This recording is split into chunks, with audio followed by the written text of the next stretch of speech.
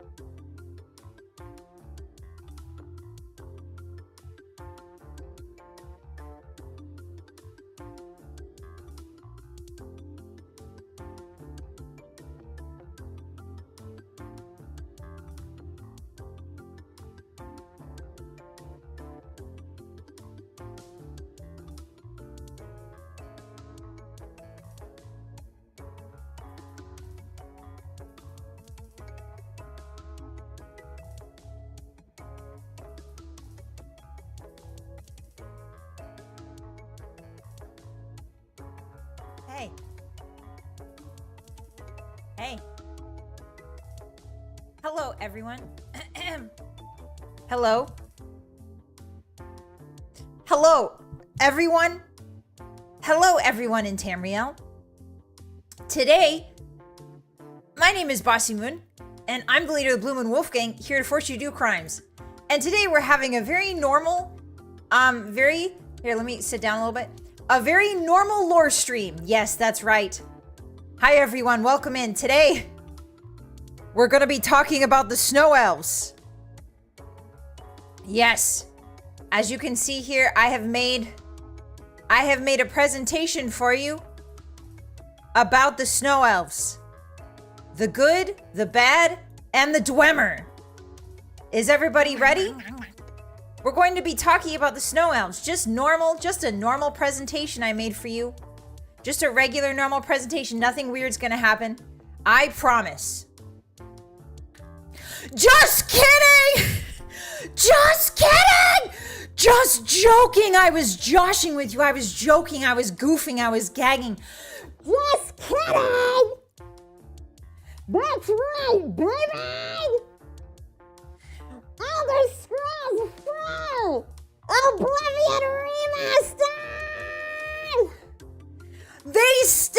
Guys, you won't believe this. Last night I fell asleep in my bed. I thought to myself, wouldn't it be cool if we could talk about the Oblivion Remaster tomorrow? And I would just drop it in at the end of my... Originally, I had an Elder Scrolls lore segment planned where we were yapping about the snow elves. But then I thought to myself in bed, I was falling asleep in my wolf den. And I thought to myself, wouldn't it be so cool if we could talk about the Oblivion Remaster tomorrow? And you will not believe what I woke up to. This confirms, Hotties, this confirms my suspicions that I have the power of manifestation because I literally fell asleep last night thinking to myself, what if we could talk about the Oblivion Remaster tomorrow? And then it happened.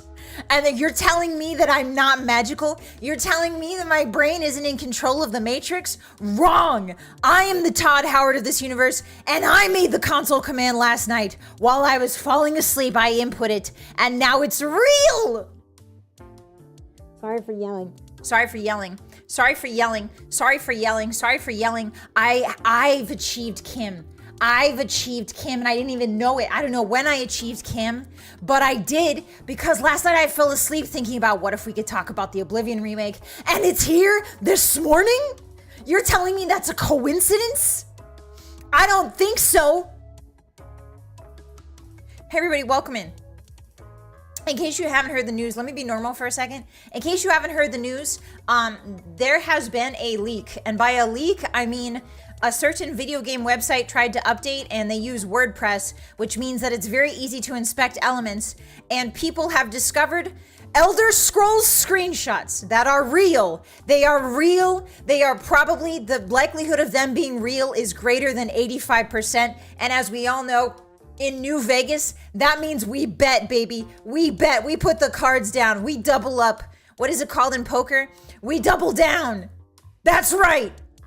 I manifested it. You're welcome. I did this for you, Hotties. I did this for you. All right, so now let's go over this. If you haven't heard the news, some people have sniffed around on a certain website and they've discovered that there is I'm not sure the name of the company. It's something I don't remember. But the name of the company that's handling the remaster updated their website. They still use WordPress, shout out. And so it's very easy to inspect elements on WordPress. And somebody found some screenshots that we're gonna go over today. This is basically all but confirmed. There's also promotional material. So a lot of the times, if fakes or like goofs or gags or fakes usually do not come with like full promotional material, especially ones that have been copyrighted on the back end. So it's safe to say that this is real, guys. It's real. Itzy, thank you so much for the gift. I really appreciate that. Welcome in. It's real, guys. Yeah, Anu's got nothing on me, guys. Akatosh, get out of the way. I'm the master of manifesting. I'm the Time Lord now. What's good? Anyway, guys, to be very clear, to be very normal and clear and logical and calm and not freaking out, I spent all of this morning freaking out. As you could see by my loading screen, I freaked out a little bit, went a little bit crazy with the gifts. because I was so excited. But let's be logical and clear for a moment here. This is not a remake, okay? There's a difference between a remake and a remaster, obviously. A remaster usually means graphical overhauls, ease of life, so quality of life changes to a game typically. What it means is that the code doesn't much change underneath the hood of the game. So remasters, let's break it down here. A remaster is usually a graphical overhaul with some quality of life changes, okay? That's what a remaster is. You can see this in Demon Souls. Demon Souls was a game that recently got remastered. The original code is mostly intact. It is very beautiful to look at, and they have more quality of life changes as well as modern support for modern systems such as controllers. And I know that you mouse and keyboard people are like, Bossy, just play the original Oblivion on mouse and keyboard. I have back problems. I have tits as big as the sun. My spine is constantly fighting the urge to crumple in on itself thanks to Earth's gravity, okay? I cannot sit over a keyboard slouched every single day, micromanaging my arrow inventory and dropping and duplicating a bunch of Welkin stones in my Oblivion inventory, okay? I cannot do that. I need controller support. I am 22 years old and everything's going downhill in my body. I need controller support. Anyway, this remake is probably gonna have controller support. Crab, thank you so much. I'm gonna be real. I saw the comparison photo without context this morning and thought modders are gonna gotten so good in 19 years. No, for real. When I first saw the screenshots, I also thought it was Sky Oblivion. I thought it was a Sky Oblivion leak. I originally thought, we'll talk about the differences between Sky Oblivion and the Oblivion Remaster here in a second. But I too, thank you so much for the super, I too thought it was modders going crazy ham and like doing an late April Fool's thing. But no. All right, so that's the difference, okay? So remake is usually a graphical overhaul with quality of life changes as well as modernity installed within the game itself, such as controller support, as well as, you know, widescreen. And Oblivion, as it is on the Steam store right now, does not play well with modern computers. So that is the benefits of a remake. Remakes mean that the code largely stays the same underneath the hood, except for egregious graphical errors, and also I believe there's some glitches that they might take out. They might leave most of them in, to be honest, because a lot of Oblivion's code is kind of difficult to untangle, shall we say. So I don't know, we'll see. But a remake is very much a very light coat of paint on top of the original engine, right? A remaster is something different. A remaster is, you mess with the code, you mess with stuff, you maybe add a lot more substantial code to the code itself, so you add more content, essentially. Remakes are different than remasters. I got it mixed up, sorry, my dyslexia is going crazy right now. Remakes are different than remasters. There we go. So let's make that really clear. This is not an Oblivion remake. Okay, I severely doubt that they messed with the code beyond tweaking it for modern computers and modern performances. I think they just slapped a fresh coat of paint on top of this, but we will see. There are reports that there are minimal changes, such as to the UI, as well as there's a new HUD, apparently, a tweaked HUD, as well as the sneaking and the stamina system. Those are only a few of the ones I saw. If you guys saw any others, let me know. The stamina system as well as the sneaking system apparently has been tweaked, which I'm very interested to see. I'm very fascinated to see that. So those are some of the rumored changes, basically. All right, so with that out of the way, we can officially geek out. Okay, okay. Look at how beautiful it is. Look at how beautiful it is. It's so good. It's so good. Look at the fire. Look at the guy. Now, some people who are not cultured may come in and say like, oh, aren't they ripping off the cover of Dark Souls? Doesn't the cover of Dark Souls look very similar to this? Wrong. Brrr, incorrect. Loud incorrect buzzer. Oblivion came first. Oblivion's cover has always looked like this. Don't give me that, it looks like Dark Souls crap. They may have tweaked it a little bit to give it a more of a Dark Souls edge, but trust me, Oblivion was the first. All right, Oblivion was here first, so don't come in here with your Dark Souls BS being like, it looks like an Oblivion, a Dark Souls game. Man, frick you. You don't know anything. Go read a history book. Go read the internet. Anyway. Sorry, I'm getting too intense. All right, so, listen, I just saw some Reddit comments, okay, and I'm very passionate. Okay, so, Oblivion Remake, right? What does this mean? What are the expectations that we can sort of expect? So one of the things I wanted to get out of the way before we get into the oohing and awing over this thing is that obviously Sky Oblivion is a project that has taken, like, I believe 15 years, I believe 13 to 15 years. There is a mod to recreate Oblivion within Skyrim, and it's called Sky Oblivion. It's been worked on for about 13 years, correct me if I'm wrong, by the original mod team. Now, they're obviously, okay, we're not here to debate like the goodness of Sky Oblivion versus the goodness of an Oblivion remaster, sorry, right? Obviously, they're two different things. The Sky Oblivion game will run on the Skyrim engine, which is very different. I believe that the engine they're doing the official Oblivion remake on is the UE5, Unity Engine 5. So these are two completely different engines. Sky Oblivion and Oblivion will have different engines entirely. So that's something to consider when you're arguing the pros and cons of a overhaul mod that's been worked on for like 10 or 15 years versus a official remake. That's something to consider. It's just completely different engines. Personally, I know that in Sky Oblivion there's not magic crafting. I believe they haven't instated things that are core to Oblivion, such as magic crafting, because of Skyrim's limitations. I think they're working on it right now, but I think that they're having trouble with it. So again, there's things to consider, like the Skyrim engine sort of limits what Oblivion can do, and it will. This is without a doubt. It will change your perception and the way you play Sky Oblivion rather than the original Oblivion. So for instance, right, like a Skyrim engine is completely, okay, I'm getting too ahead of myself. The Skyrim engine is completely different from Oblivion. So you will be playing an Oblivion on a Skyrim engine. That is not the same as playing Oblivion on Oblivion's intended coding and intended upgraded engine. So that's another thing to consider. If you really like Skyrim, if you really like the way Skyrim plays, I think you're gonna like Sky Oblivion a lot more. I do actually genuinely hope that Sky Oblivion continues to be developed and continues to be released and played. When it does get released, I hope it is played. But for the people who are saying like things like, okay, this is a big gripe of mine. I'm just gonna get on my soapbox for a second. The people who are saying Sky Oblivion's gonna be better, Sky Oblivion's gonna be so much better than the remake. It's not about being better. You guys are complaining about having two cakes to eat.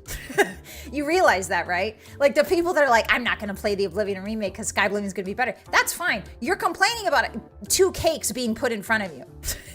You're complaining about two delicious cakes being put in front of you, and you're like, oh, well, I'm only gonna eat one cake. Even though I have two in front of me, I'm only gonna eat this one because this one looks really, this is more my, and I get it, that's fine, that's your prerogative. But personally, I'm not gonna complain about two cakes being put on my desk, you know what I mean?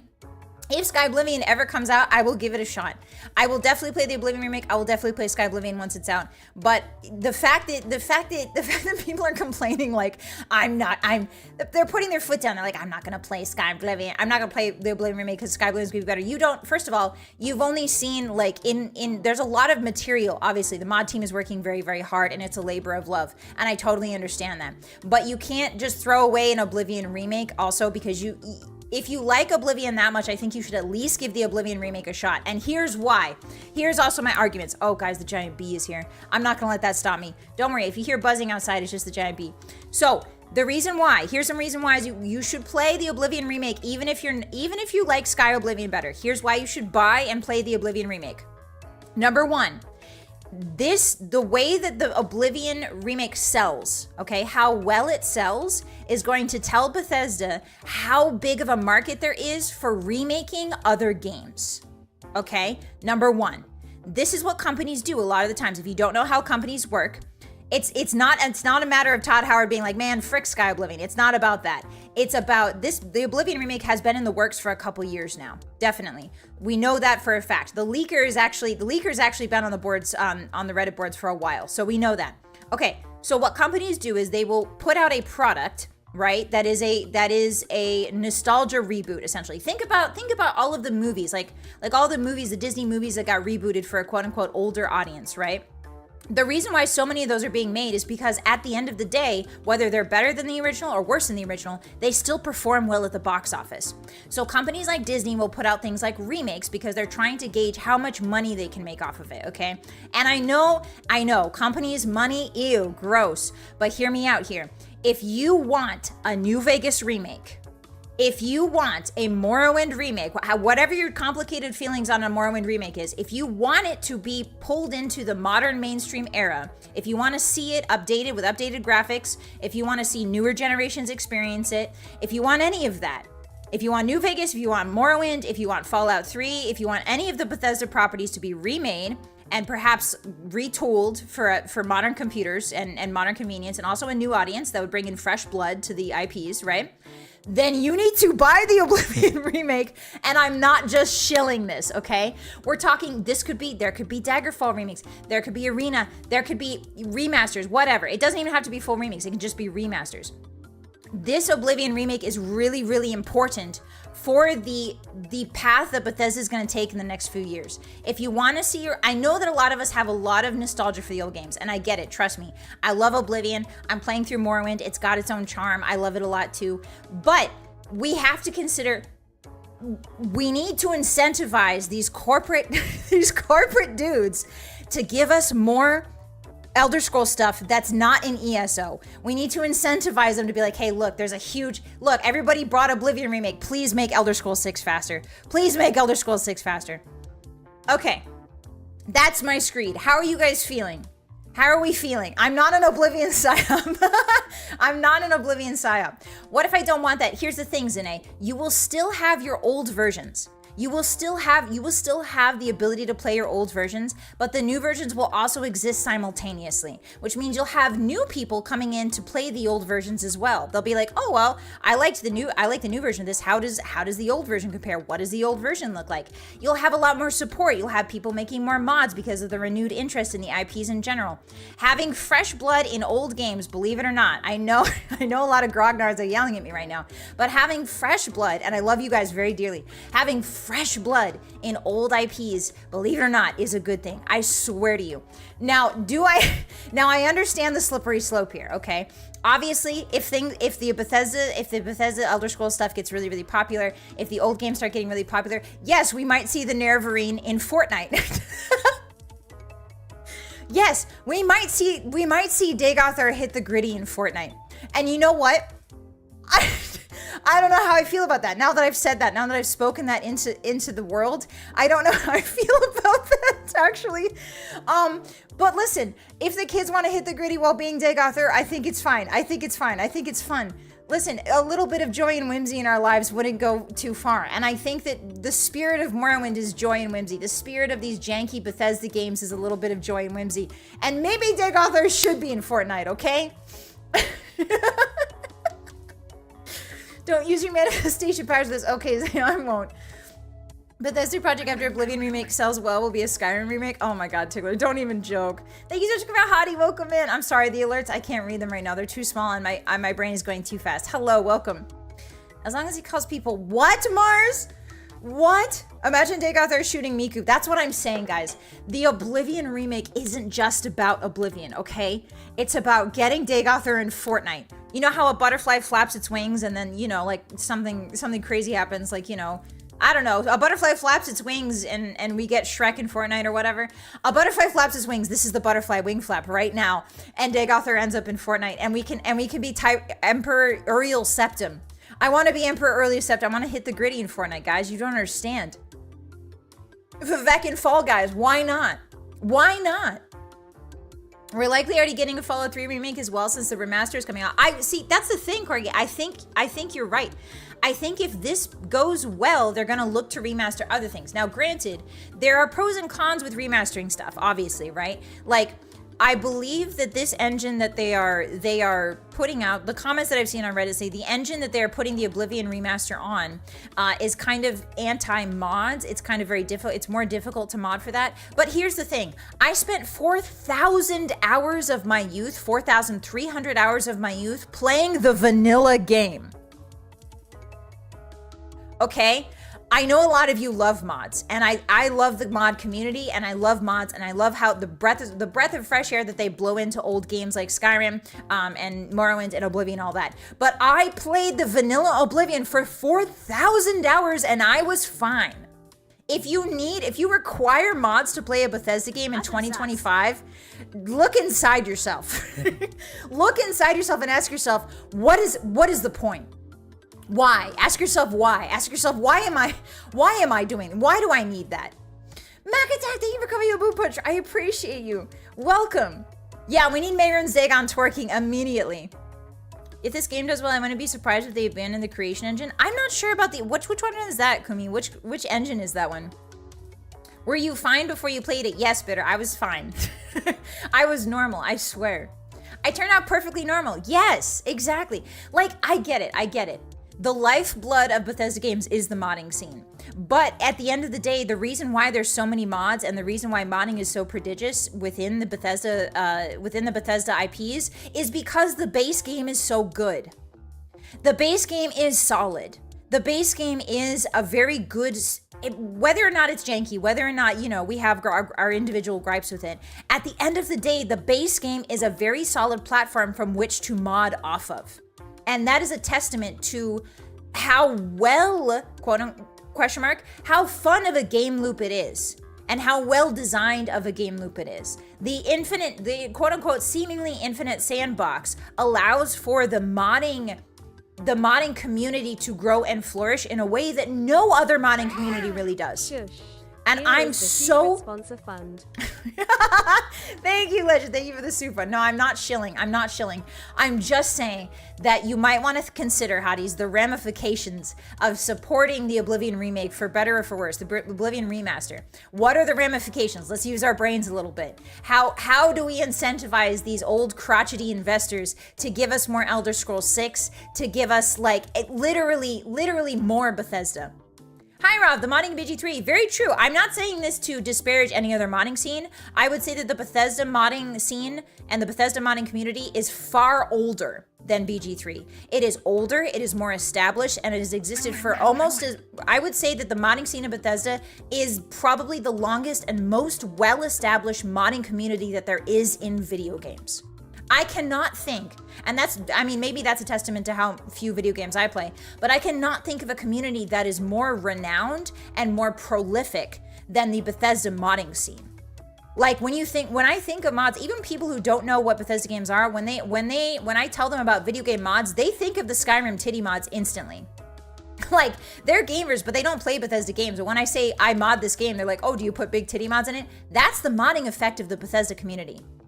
And that is huge. Like, we are in the cultural zeitgeist, whether or not you guys know it. We are in every gamer's brain, rent-free, with our titty mods. You know what I mean?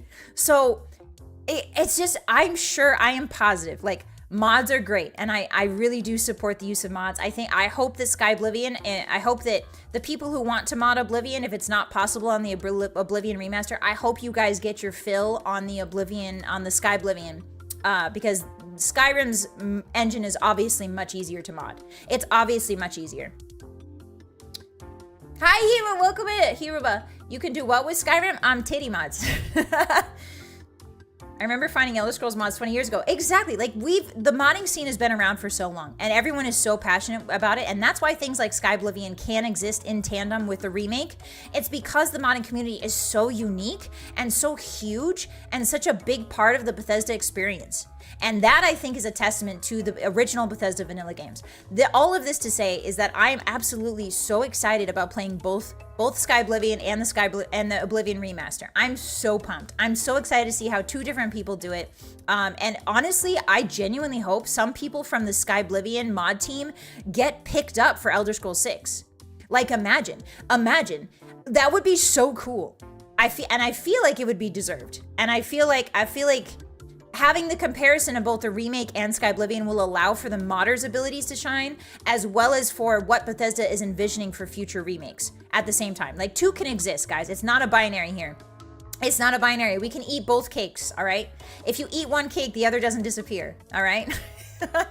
I'm so excited, guys. I'm so pumped. I'm waiting to see how Skywind goes. Yeah, Skywind's gonna be really interesting. I think Morrowind, believe it or not, I'm gonna wax poetic again here, but I believe, now having spent at least 100 hours, I believe I've spent 100 hours in Morrowind at this point. Having spent 100 hours in Morrowind, I think that Morrowind is a special case. I think it sort of exists outside of this remaster conversation. I think that Morrowind is its own thing and its own beast, and it deserves a remaster. It doesn't deserve just a slapdash, like, oh, new graphics and maybe we tweak it to be a little this and that. I think Morrowind on its own deserves an entire remake, deserves a whole team going through it meticulously, deserves a long production period. If there's going to be a remake or a remaster, I would rather prefer a remake of Morrowind than a remaster of Morrowind, because it deserves time. It deserves more than just like a new coat of paint and a few extra tweaks. You know what I mean? I truly do believe that. I believe it deserves more effort. So I think Morrowind exists outside of the conversation of remakes here. When I'm referring to remakes, I'm saying, or remasters, sorry, I'm looking forward for things like Fallout 3 remaster, right? A Fallout New Vegas will probably be first. Honestly, maybe? I don't know. If you told me, I'm 50-50. Either Fallout 3 or Fallout New Vegas is going to be first, but with the popularity of Fallout New Vegas, I think it's going to be New Vegas first. The issue is that Obsidian developed New Vegas, not Bethesda, so I'm wondering if like the different assets or the different studio or the different IP legalities of that is going to maybe slow down the remaster of New Vegas, but almost assuredly there's probably a Fallout 3 remaster somewhere in the works. Yeah, New Vegas, obviously New Vegas is the most popular. I would say, I don't know, I would say that New Vegas is the most popular Fallout title thus far. I think in terms of like how often it's talked about and how lauded it is. And I'm just curious how Bethesda is going to take that, because they did not develop that. Obsidian developed that. So I don't know, we'll see. We will see. As far as Fallout remakes go, or Fallout remasters go, it's up in the air, one or the other. So all that being said, that's all the tech talk. That's all like the behind the scenes ramifications of the Oblivion remaster coming out. I think also it definitely gives me hope that Bethesda is paying attention to what the older communities of Bethesda games are saying and talking about and what they want. And so I'm hoping that the fact that they're releasing this remaster means they're paying attention to our feelings and our thoughts and like our feedback. And so I hope that they'll take into consideration what we say about the Oblivion remaster for Elder Scrolls 6, right? I'm hoping that they will be watching the reaction. I'm hoping they'll be watching the reaction to the tweaks and the differences. And I'm hoping that my greatest fear for Elder Scrolls 6, and I've told you guys this many times, my greatest fear is that they're going to take all of the jank out of Elder Scrolls 6. They're going to make a very polished game. There's no funny business, no jank, none of that. That's my greatest fear, is that they're going to hyper polish it to be a quote unquote gritty modern game. And that's not the spirit of Bethesda. Jank is the spirit of Bethesda. So I'm hoping that the way that the Oblivion remake is received will remaster. Sorry, I keep interchanging them. I apologize, but you know what I mean. I hope that the way it is received reflects on how they're going to treat Elder Scrolls 6 moving forward. Anyway, sorry, I'm yapping so much. I'm so excited. It's gonna take more than some Unity mockups to convince me this is real. Monkey, no, it is real. There's proof. There's proof, I swear. I would love a New Vegas remaster. Yes, we could. A New Vegas remaster would be so cool. We need the It Just Works. Exactly, Naruko. Welcome in. If there's no It Just Works, what's the point of playing a Bethesda game? You know what I mean? Hi, Flylis. New Vegas certainly has the biggest cultural impact on the gaming side. I feel like, yes, absolutely. Fallout 4 had the bigger impact for people who are more normal, who don't play Oblivion for 4,000 hours. I feel like if you didn't play Oblivion for 4,000 hours or Morrowind for 4,000 hours, you probably like Fallout 4. But if you did, you probably like New Vegas more. They tend to simplify the games. Yeah, Legend. I'm hoping that them looking back and releasing these sort of older games reminds them of where they came from. And it reminds them of how popular their original starts and their how unique they are. I'm hoping that releasing these remasters reminds them that they don't just have to be a AAA game because they have to, because of like the peer pressures or like, the video game pressures to be a really serious AAA game.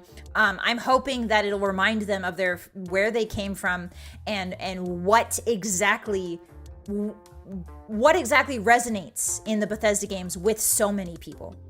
I'm hoping that the release of the remaster gives them time to reflect on that, if that makes any sense. I know a lot of people will only play New Vegas. Yeah, Chunky, for sure. I don't think it's possible for Bethesda to release a game without jank. That's true, Captain Run. Oblivion Remaster real! Alright, so one of the reasons why I believe this is definitely real is because as soon as these screenshots were found out and posted on Reddit, they took them down. The website took them down. The website deleted them from the WordPress cache, essentially. So you don't try to cover your tracks if something's not real. Like if something was fake, right? You would want people to see it and spread it around and talk about it. You would want people to see it. You would want people to share it. When you make a fake screenshot, you're doing that to fool people. And so the point of it is to have it spread around. You would not delete it. You would not delete it. So that's what leads me to believe that this is actually real. There's another aspect that leads me to believe this is real. There was a code name for the game while it was in development called Alter. And I believe some of the metadata that they found on the screenshots referred to an altar. And the leaker who posted a couple years ago and more recently used a username that had the word altar in it, I believe. So like altar as in like a praying altar, like an altar you pray at. So I don't, there's too many coincidences, guys. There's too many coincidences. Yes, it was Virtuous. So the developer is named Virtuos. I have no idea who they are. Hi, Moment. You get Oblivion Remaster, but now it plays like Dark Souls. Please no. Please no. Hi, Teddy. Hi, Link. Hi, Kale. Todd Howard's soul is in there somewhere. I still believe. Exactly. This is the last chance for Todd Howard to redeem himself. Oh. You're young and full of optimism. Hi, Air. I beg you to take a deep breath and temper your expectations. Obviously, my expectations are always tempered. Always tempered. I believe in hopeful optimism. I believe in cautious optimism. I believe in, above all, the spirit of Oblivion. And if this is even just a graphical remaster with controller support, I am so excited. If they haven't touched anything in the game except put a graphical coat of paint on it and had a little controller add-on, that's all I need. That's all I need. That's how much I love Oblivion. But again, I'm Oblivion biased, so maybe my bias is showing through. It's very hard for me, obviously it's hard for any of us to separate our biases from the truth and the fact and like temper expectations, but I believe there's a time and place to get excited, and I think this is one of them. Genuinely. If this turns out to be fake, then obviously we'll just go back to waiting for Sky Oblivion. But if it's not fake, we get 2 cakes. And that's what I'm looking forward to. It makes ports of games. Oh, really? You sound very untempered, Bossy. Let me be happy. Let me be fun. I know that as Bethesda fans, a lot of us are doom and gloom, and I understand, okay? I get it. I'm one of you. I'm literally one of you. I'm literally a Bethesda fan. I've been disappointed, okay? We've been waiting for so long. I get it. But I think this is one, we have to celebrate our wins in order to make it, in order to keep the community strong, we need to celebrate the small wins. We need to celebrate any sign of life from Bethesda at all, okay? Even if this is fake, it's a damn good fake. And not only is it a damn good fake, but it's also a copyrighted fake. That entire website is copyrighted. So the fact that they put up that material means they're risking getting sued by Bethesda if it is fake, which doesn't seem very likely. There's just too many logical inconsistencies here that point to if it was a fake, it doesn't make any sense. It's more likely that it is real. I'm a hungry boy and I want cakes. Exactly. Yeah, I'm shaking right now. Smoke cigarette. I remember having enthusiasm for Bethesda, and then I played Fallout 3. I liked Fallout 3, my dear. Listen, if you didn't come from Fallout 2, Fallout 3 was a good game, okay? I like Fallout 2, I like Fallout 1, but Fallout 3 was a good game, all right? Don't knock it. I get it. If you're old and you like what you like. You're old, you like what you like. I understand. I mean, not old. Sorry, I don't mean to call you old. You're vintage and you like what you like, and I understand that. But at some point, fandoms that are old, we have to reconcile with the new. It's just like the Marvel fandom, guys. Literally, what's going on in the Bethesda fandom right now is literally what's happening in the Marvel fandom. Like the Marvel fandom, the old comic fandoms, obviously it's full of a lot of people who have been there since the beginning, who are very passionate for the comics the way they were, you know, for the cartoons the way they were, all of that. And then Marvel went and said, actually, we're going to modernize all of this. We have to understand that we're not at the mercy of the company deciding what to do with the IP, but we are in charge of how we react towards it. Right? Like, if you don't like the new stuff, that's fine. Don't support the new stuff. If you like the old stuff, keep playing the old stuff. But you're not going to be able to ignore the wave of new people that these remasters and reboots bring in. You're not going to be able to ignore them. They're going to start popping up in your internet spaces. And you have to decide how you're going to greet them. You have to decide how you're going to treat them. You have to decide how you're going to treat your own feelings towards the new thing. And we haven't been confronted with that in since Skyrim was released. Since Starfield was released, we haven't had to think about all that. But now we do, guys. This is the great reckoning of our Bethesda era. And you have to make decisions for yourselves. You have to figure out how you're going to walk forward with the new, quote unquote, new Bethesda. Basically. Star Trek is a better comparison. Is it true? I know nothing about Star Trek. I only know things about Marvel because I see it everywhere. Bossy's already worrying about whether or not Todd Howard is about to turn on her. Todd Howard would never betray me, ever. Never. Greet the young with wisdom, not spite. Exactly. Greet the young ones who are going to come in from this with wisdom. Greet them with love and passion. Don't be meanies, okay? Don't be nasty little meanies, all right? That's not going to make you feel good. It's not going to make anybody feel good. Just maybe chill.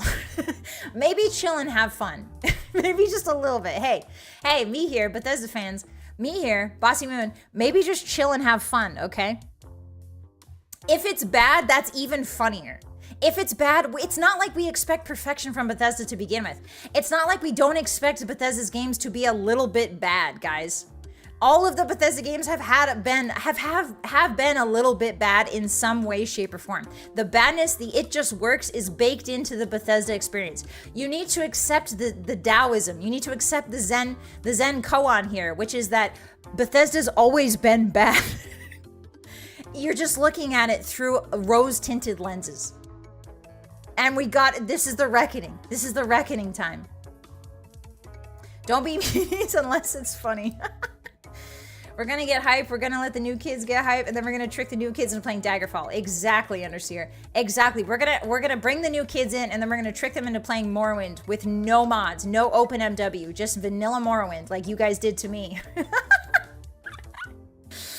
I'm willing to give Oblivion another chance to the remaster. I did not like the original because it was too different and toned down compared to Morrowind, but we're older and wiser now. Exactly, Monkfish. I feel like this is also a chance to sort of come to terms with where you came in the Bethesda timeline, right?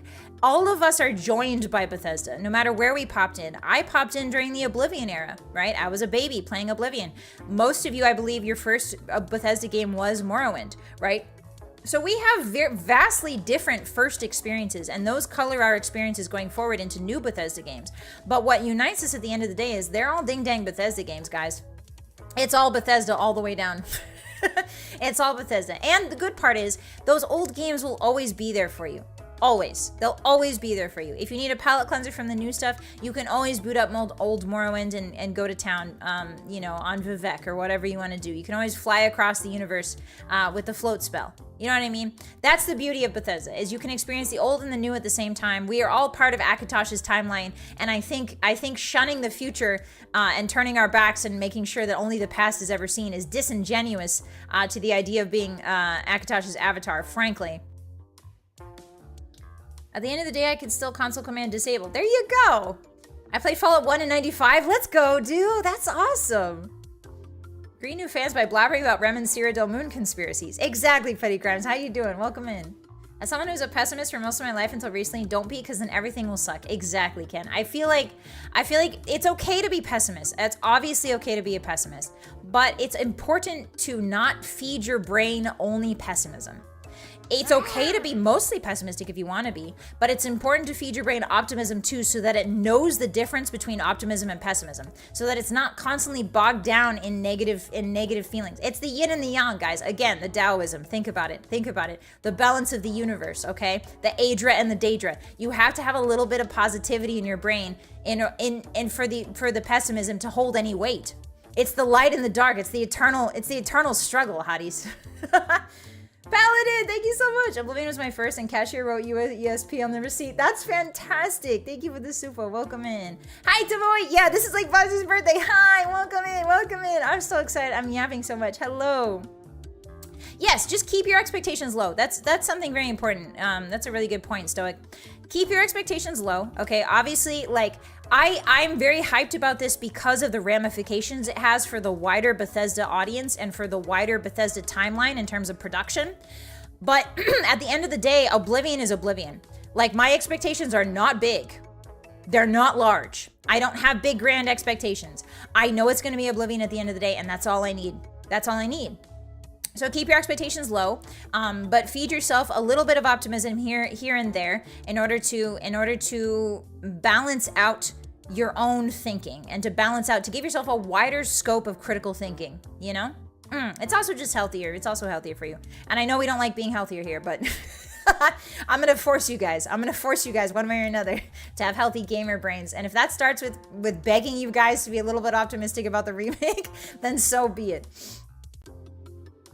Oblivion is real. Exactly, Sasquatch. Oblivion is real, and that's all that matters. My expectations are Oblivion with some shiny new 3D models. Yes, Fart. Okay, that being said, let's get into the actual screenshots, shall we? Look at this. Hotties, look at this. Let me get small. Look at this. Oblivion Remake real. Holy, look at this! Guys! This is originally a Snow Elf presentation, so I'm sorry for like the chunks of ice in the background. I tried to make it thematic. This is the bridge to Skingrad. I know a lot of you recognize it, but this is obviously the bridge to Skingrad. You can see the mountains in the back, the Gerald Mountains. And you can see, look at this goblin. Look at this goblin, guys. Look at how beautiful it is. Now, granted, these are obviously the best screenshots that they could possibly muster up. So your mileage may vary with the beautifulness of this. But that goblin, guys, I can see the blood in that goblin's ears. Sorry, I'm yapping too much and now I lost my voice. Yeah, stealth archer confirmed. There's one good thing about the remake, guys, and it's that you can still be a stealth archer. Todd Howard, welcome in. Thank you so much, the Todd Howard. Oblivion, how you doing? I think you spelled it a little wrong there, but it's so good to have you. It's an honor to have you here. Yeah, I hope they restored the War Goblin feature. Genuinely, guys, there was a really cool feature in Oblivion if you didn't know about it. It was called the, it was like cut content, essentially. You could instigate wars between different goblin clans by stealing the head of the goblin's staff and like planting it in different caves. Whoa, my voice is freaking out. Sorry, I need to take a moment. I yapped too much. Okay. All right, here we go. Okay, so I hope they reinstate the Goblin Wars. It was a cool feature that wasn't really well implemented. I think there was code for it and there was like precedent for it, but it never became like an actuated thing. So there's that. Charlie, thank you for the sub. The first thing I thought when I saw the remake news was, when will Bossy come down from the ceiling? I hope you're good today, boss. Thank you, Charlie. I'm glad you guys thought of me when you saw the news. That means it's working. That means my brainworms are working on you. Hi, Tomberry. I wonder if Sky Oblivion will be a direct competitor. We did talk about that earlier, but yeah, welcome in. It's good to see you. Hi. My consensus with the Sky Oblivion thing is it's not going to be a direct competitor, but we're getting two cakes. That's the idea. We're getting two cakes, two different cakes. One is on the Skyrim engine, one is on the UE5 engine, which are both very different game engines. So I'm very excited. It's good to see you. Yeah, Stealth Archer is inevitable. Everything, it's kind of like, you know how nature evolves a crab. What is it called? The carcinization of nature. It's the same thing with Stealth Archer. The Stealth Archerization of all classes. Look at this, guys. Hi, Alexander McCabe. Welcome and look at all this. Look at that chainmail texture. Holy moly. I hope I don't need like a 5070 to play this or something. I should probably look into upgrading. But the fire textures look great. It's giving a little bit of Dragon's Dogma. I don't know about the UE5 engine. What else has been developed on it? I don't know much about it. Is it Bloodborne? Is it Dragon's Dogma 2? Because if not Dragon's Dogma 2, I'm scared. The engine that Dragon Dogma 2 was developed on made it so that I couldn't play it. Put it on throne? No, understand. I won't do that to you guys. Was the leak confirming these were in-game screenshots or was this pre-rendered? These are promotional screenshots, basically, Irradium. I don't know if these are, I believe these are in-game, but these were leaked promotional screenshots. That's all we know. We don't know if they're in-game or pre-rendered. I believe it's probably a little bit of both. I believe it's like in-game, but maybe with a coat of gloss slapped over it in Photoshop or something. Dragon's Dogma 2 is re-engine. Okay. These are in-game trust. I don't trust, Todd. Probably pre-rendered. Yeah, I would say this probably looks like a kill shot cam, actually. They might be implementing Skyrim kill shot cams, which would be crazy. Because this angle is so specific.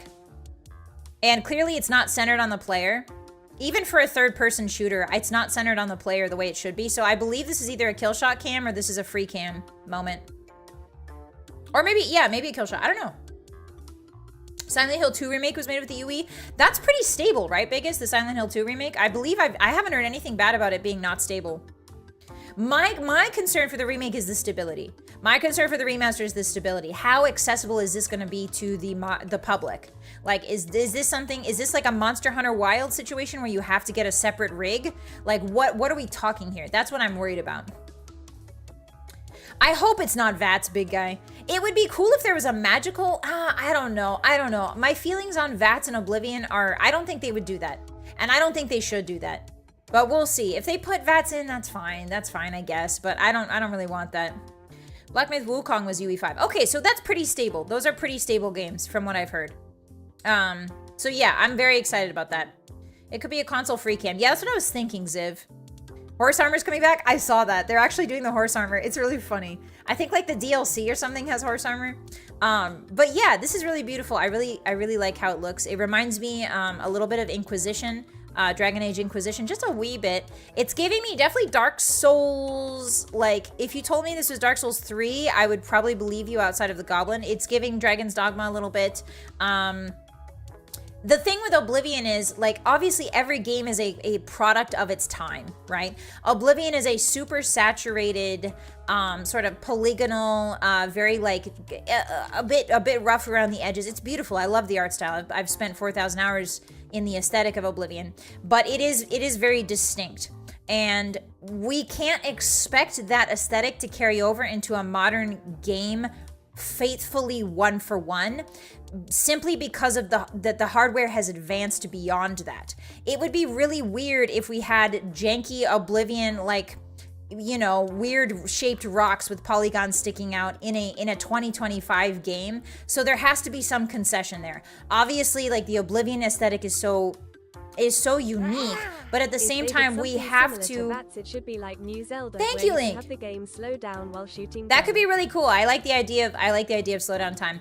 We have to marry the idea of our Oblivion jankiness with modern console Bethesda would make hardware. it good enough to be able to play on Xbox since they're part of Microsoft. So we shouldn't have to worry too much about hardware. Yeah, thank you, Knight. I appreciate that. Yeah, that's a good point.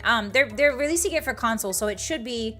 Theoretically, it should be pretty, especially for Xbox, because Microsoft and all that. The framework is there to be a pretty smooth port overall. Yeah, it was a good time. I really liked it. It lives and dies with spell creation. I think they're definitely keeping the spell creation. And the reason I say that is because the code, again, like a remaster is not a remake, right? So the code is probably not that touched all that much, and especially something like spell creation, there's no way you would touch that. If you intended, I hope they don't take it out. They shouldn't take it out, and they probably won't. But like, spell creation is probably a complicated enough code that they either left it in there untouched or they took it out. One of the two. I would say that since it's such a big selling point for Oblivion specifically, I think they probably just left it in. And the entire game is kind of based around, well, not the entire game, but the entire magic experience is based around spellcrafting. So that should be still there. I'm just glad that it's colorful. Skyrim's my favorite, but it can be so dreary. Yeah, David, there's a lot of white and gray in Skyrim. And I think that the Cyrodiilic Heartlands specifically have such a range of color to them. The Cyrodiilic Heartlands, like, if you go to the west, if you go to the Gold Coast is completely different than like Leyawiin, right? So I think that the screenshots we're seeing here, this specifically is Skingrad, which is close to the Gold Coast. So you're gonna see a lot of drier climates. You're gonna see a lot more muted colors. Whereas you go to something like Leyawiin, or you go to something like Braville's going to be obviously nasty and swampy, but like Leyawiin's very vibrant, and around the Imperial City is also very vibrant. So things are going to be different, and I think we should take that in consideration. Out of all of the games, I would say that Oblivion is the one with the most diverse environments. Morrowind kind of has a one note to it. As much as I love Morrowind, it's very much Ashlands. The architecture is beautiful. The architecture is very different in a lot of places, but Morrowind is very much Ashlands or Grasslands, and that's pretty much it. So, well, outside of Solstheim, and then you've got the snow and the stuff. But I would say that Oblivion has like the most concentrated area of different environments that are bright and colorful. Morrowind's a bit more muted. I don't know why people are complaining about why the Oblivion remake looks like too brown and gray when they played through all of Morrowind. You know what I mean? Like, why are you complaining about it being toned down when you played Morrowind, my brother? Like, Morrowind is very muted. I've been playing it for the last 100 hours of my streams. Morrowind is extremely muted. The architecture is very beautiful, but it's a very muted palette in general. Yeah, we're going to Brazil, guys. Yeah. Did they say anything about the PlayStation? I'm not sure, Ken. I imagine if they're releasing it on the Xbox, they will be incentivized to release it on the PlayStation as well. So I don't know. The Magic Paintbrush quest is still in my mind. Yeah, Kano, that's really cool too. Morrowind has mushroom lands. Yes, but those are very muted in their colors, Link. They're very muted. The colors are very muted. It's like off yellows and off browns.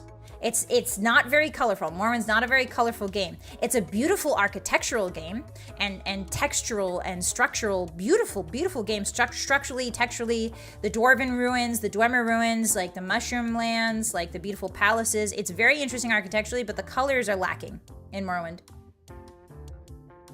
Canonically, Cyrodiil is huge. It borders pretty much every other province. Exactly, David. I think that's gonna be a thing. That's definitely gonna be a thing. I'm interested to see what they do with Leowen specifically. Okay, next. Look, guys, an interior shot. Guys, look. Look at this. Look at this. Hi, it's me, your wolf girl, your wolf Bethesda VTuber. Look at this. Look at this. There's carpets. Don't you just want to take a shit on that carpet? Don't you just want to kill the bartender and then loot all of his wine? Doesn't this make you want to go upstairs and drop a chandelier on an NPC or two? Yeah, it looks fuzzy because these are very small screenshots. I apologize. The full screenshots are not available. But I think that might be also might be smoke particles as well. Yeah. Hi, Nez. Welcome in. Yeah, the Telvanni are very cool, aren't they? Yeah, the Telvanni are the ones that build those mushroom towers with no stairs. Welcome. Mooney's talking about poo-poo again. Sorry, Crow Gemini. Sorry. How have you been, Crow Gemini? It's been a minute. How you doing? It's good to see you. If Todd removes mysticism, yeah, do not. Todd, I know you're still in chat. Do not remove mysticism. It looks like Bruma. It could be. It also kind of looks like it does. It could be. This could be any generic. I think the bear head indicates that it might be Bruma. But other than that, it could be anywhere, guys. This could be Shaden Hall also. The roof has an Edwardian, or sorry, not Edwardian.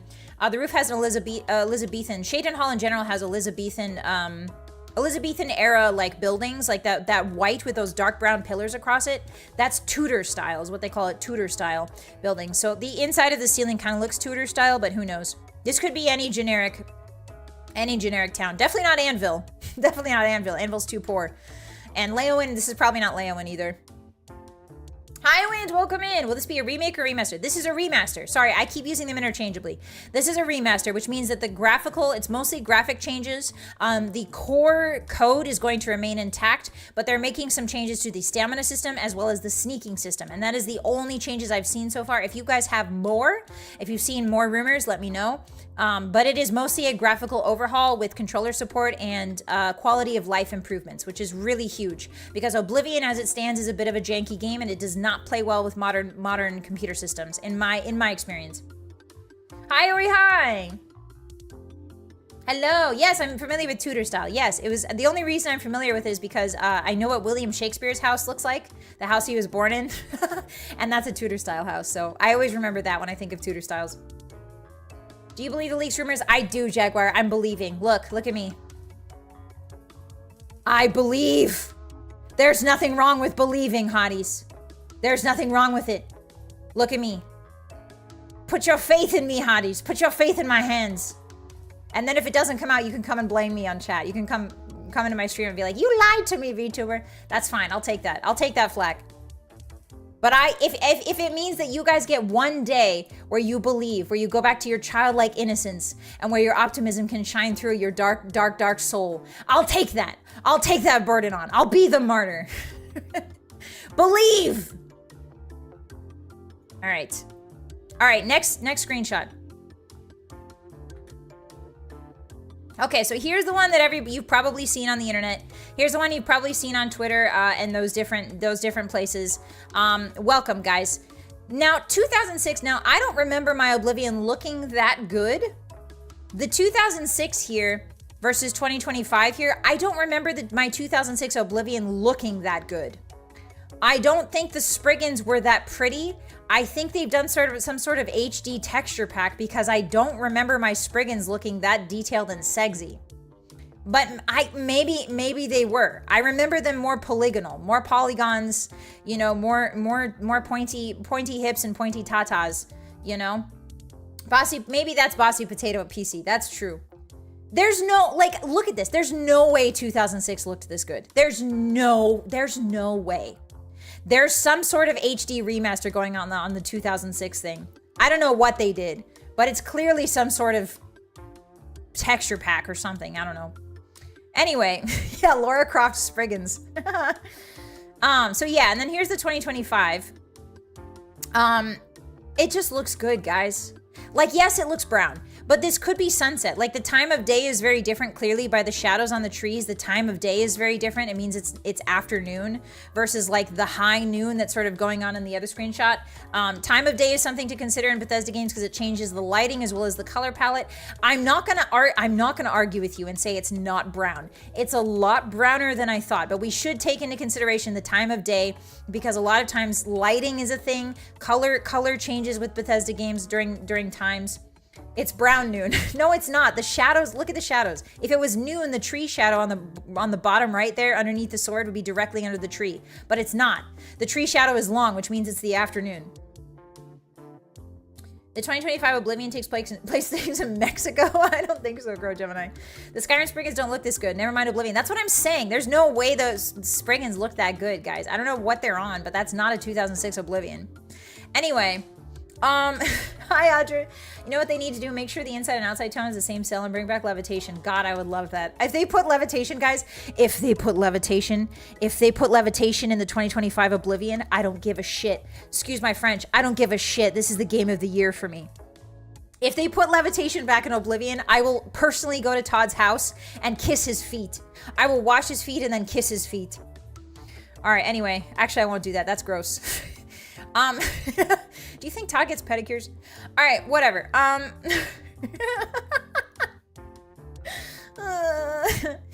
Turkey. The old Oblivion always looked good, looking like a painting when it's a still image. The problem when things are moving and you see the textures up close. Really? I don't remember my Spriggan looking that good, Turkey, ever. But I believe you. I believe you.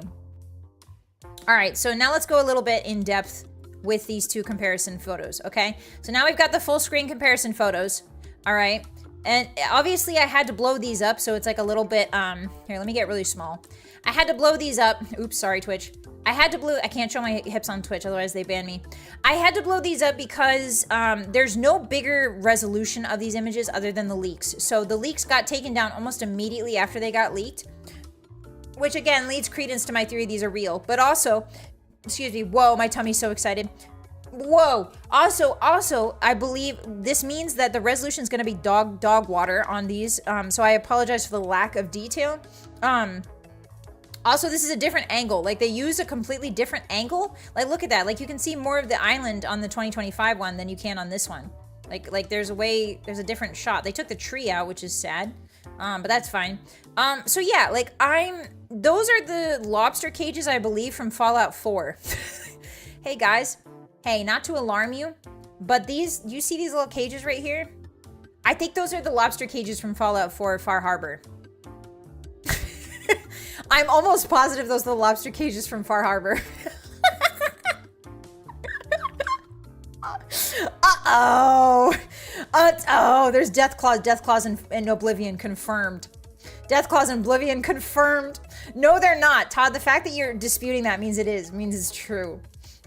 No, I think with the sofa. If we get seasons finally. Oh, I would love seasons. Palette change with the update. I would love seasons. That would be so cool. Yeah, work smarter, not harder, right? Okay, so lobster cages, Far Harbor lobster cages aside. I am just so freaking pumped. Virtuous privated all of their projects. Oh, did they?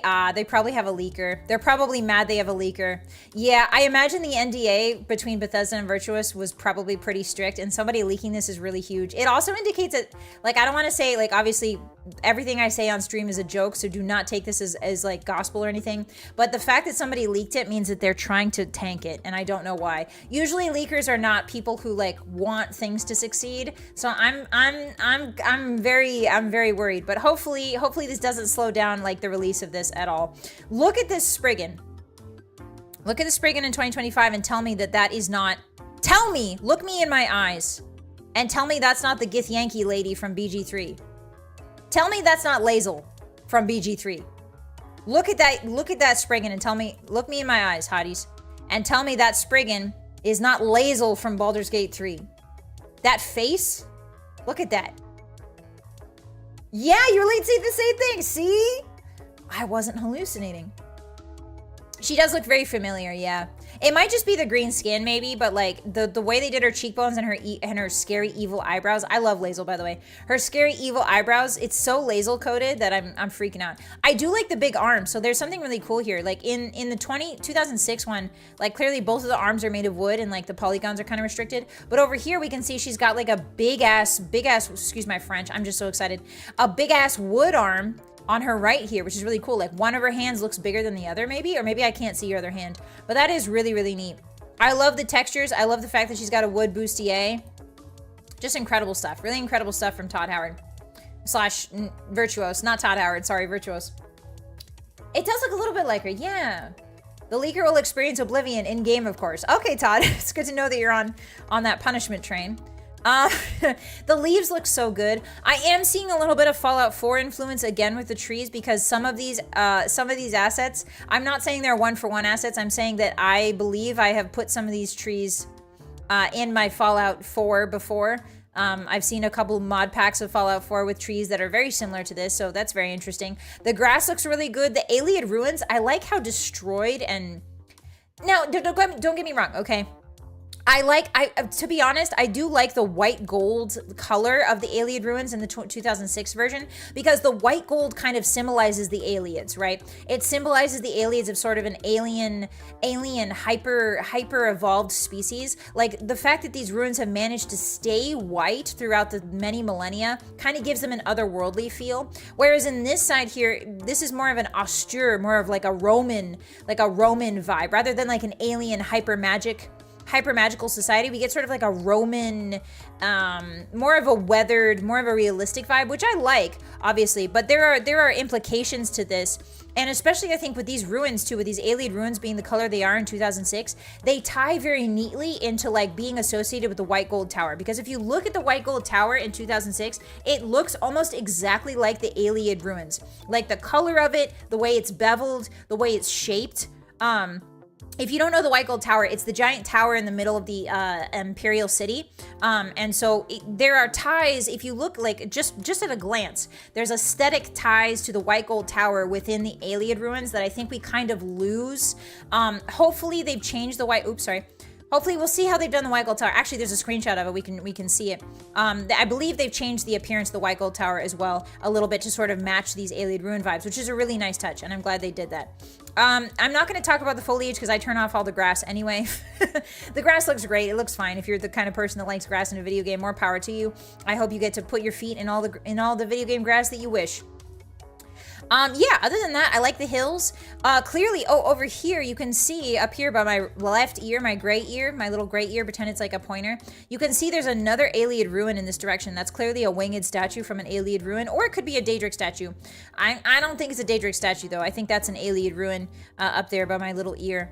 Which is really cool because it implies the draw distances are going to show, if you got a good computer, this is going to be a great game, I think, because your draw distances are going to be crazy. But yeah, the water looks really good. The reflections look really good. I'm curious to see which kind of water they use. If they use Fallout 4 water, I don't know. It looks like Fallout 4 water to me, but who knows? The grass catching flax. Yeah, I see some flax. Yeah, maybe that's flax in the corner. I play on console. Hi, Thomas. Yeah, it's gonna look really good. I think for console players, you guys are gonna be pleasantly surprised. Dookie Brown FO water. Guys, it's an afternoon. It's afternoon on the right, clearly. All right, anyway. Let me resize this to its normal. The void. Sithis. Watch out. Sithis is behind me, guys. Watch out. All right, let me resize this to its original shape. All right, let's go on to the next slide. Look at this gate, Hotties. Look at this gate. Look at this gate. I'm so excited. Look at that. Look at that. The gates have gotten chubbier. Hotties, in 2025, we've made our gates chubbier. We've made our gates thicker. We've understood that the people love a thick gate. No longer will our gates be skinny. Our gates have become thick. It genuinely looks like molten. I really like how thick it is. I really like how misshapen it is because it gives the illusion that it's being formed by lava. It's being formed by molten rock. It's no longer like weirdly spindly. And the spindly is like the scary part of Oblivion gates, obviously. But it's more natural. It's more like grounded in, rather than just being weirdly tall. And I obviously it takes away the otherworldly nature of it, but I like this because it gives me a sort of like just sprung up from the ground vibe, which I really like. It's called bulking. Oh yeah, that's right, Potato, sorry about that. You see that gate, you can eat it. No, you can't. All right, and also the spikes. Check out the spikes around the Oblivion Gate. This is sort of an indicator, because typically the spikes in the 2006 version of Oblivion, the spikes around in the Oblivion Gate are bright red. They're bright red and black, and they look like talons. They're not really like muted and like volcanic like they are in this screenshot. They're much brighter. They stand out a lot. So it's interesting. I think this is a good indicator for what it's going to look like on the inside of the Oblivion Gates. I don't know what they're going to do with the gates, guys. I genuinely don't know. If they added a bunch more, like I think there's something like 22 gates in the original. There's like 22 outlines or overlays. Sorry, what is it called? Layouts. There's like 22 or so layouts that the Oblivion gates can be, and they're randomly generated when you touch the gate. So I'm interested to see if they're going to add more layouts, or if they're going to add the ability to randomize this and generate this in a new, different way. Like, what if they attach one part of a layout to another part of a layout rather than just having 22 layouts essentially? Yeah, the spikes look very red. They look very, very red in the 2006. I wonder if the Great Oblivion Gates, ooh, that would be really cool, kind of. If the Great Oblivion Gate has a unique model, that would be so awesome. Yeah, it's very hellish. Thick and hot. Kind of weird how Oblivion ripped off Skyrim music, though. Hi, Madness. What do you mean by that? Welcome in. Hi. Giving tile sets for generating. Yeah, I think I would feel like the ability to generate tile sets rather than just 22 original gates, because again, like the 2006 Oblivion is constrained by the hardware, guys. It's constrained by the hardware of the time, and we're looking at a 2025 remaster. So I'm curious if they're going to make basic things that would be very difficult to do in 2006 are much easier in 2025. So I'm wondering if they're going to stick to the original layouts of the gates, or if they're going to mix it up a little bit and make the tile generation, the tile set generation, the layout generation more randomized, because that's a thing we can do now with modern hardware. So I'm very interested to see if they change this at all. Too many gates? No, not enough gates, Vanilla. I've already memorized all the 22 gate layouts. I'm so excited to memorize them again. I keep forgetting it's 2025. I know, Madness, me too. Hi, Zip, welcome in, hi. Oblivion looks so unimpressive in the OG game. Tired of traversing towers? Well, Oblivion, the thing with Oblivion is too, it's also, John, it's also, again, it's a product of its time. I think they had to make it look repetitive because the engine was good. It was good. It did a lot of heavy lifting, but I don't think it allowed for more variance in the Oblivion Gate. So we will see if they manage to pull off more variance in Oblivion in 2025. I'm very excited to see what they do with Oblivion. It's probably going to be the same stuff. Let's keep our expectations low. At the very minimum, it's going to be the same 22, 23 layouts. At the maximum, they could start doing randomly generated dungeons, which would be really, really neat, with different sort of vibes of Oblivion. Now, keep in mind, these Oblivion Gates specifically lead into Mehrunes Dagon's realm, I believe. They're intended to lead into Mehrunes Dagon's realm, I think.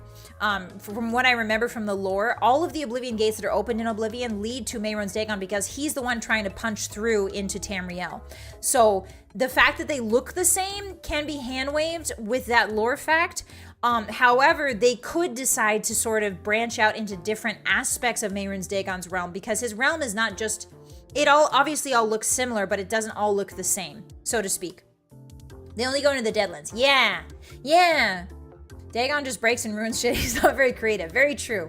Very true. His lands, he doesn't really like to make, you know, beautiful stuff. He likes to break it apart, which is why Oblivion looks so rusted and nasty in the first place. Oblivion in general is a very large plane. It's a very large plane with a lot of different like visuals, a lot of different influences from different Daedric princes. But when we talk about the Oblivion Gates specifically in this game, it's because Mehrunes Dagon, who has his own plane, is trying to punch through, and therefore the plane that we see when we go into the Oblivion Gates is most likely probably to look like Mehrunes Dagon, or to be in Mehrunes Dagon's realm, if that makes any sense. If that makes any sense. There's actually, in the game, in Oblivion, you can go into Vermina's realm, which is really interesting. You go into Vermina's realm, you go into, I believe there's another realm, another Daedric realm you can go into. Obviously, Sheogorath, the Shivering Isles. Guys, the Shivering Isles. Guys.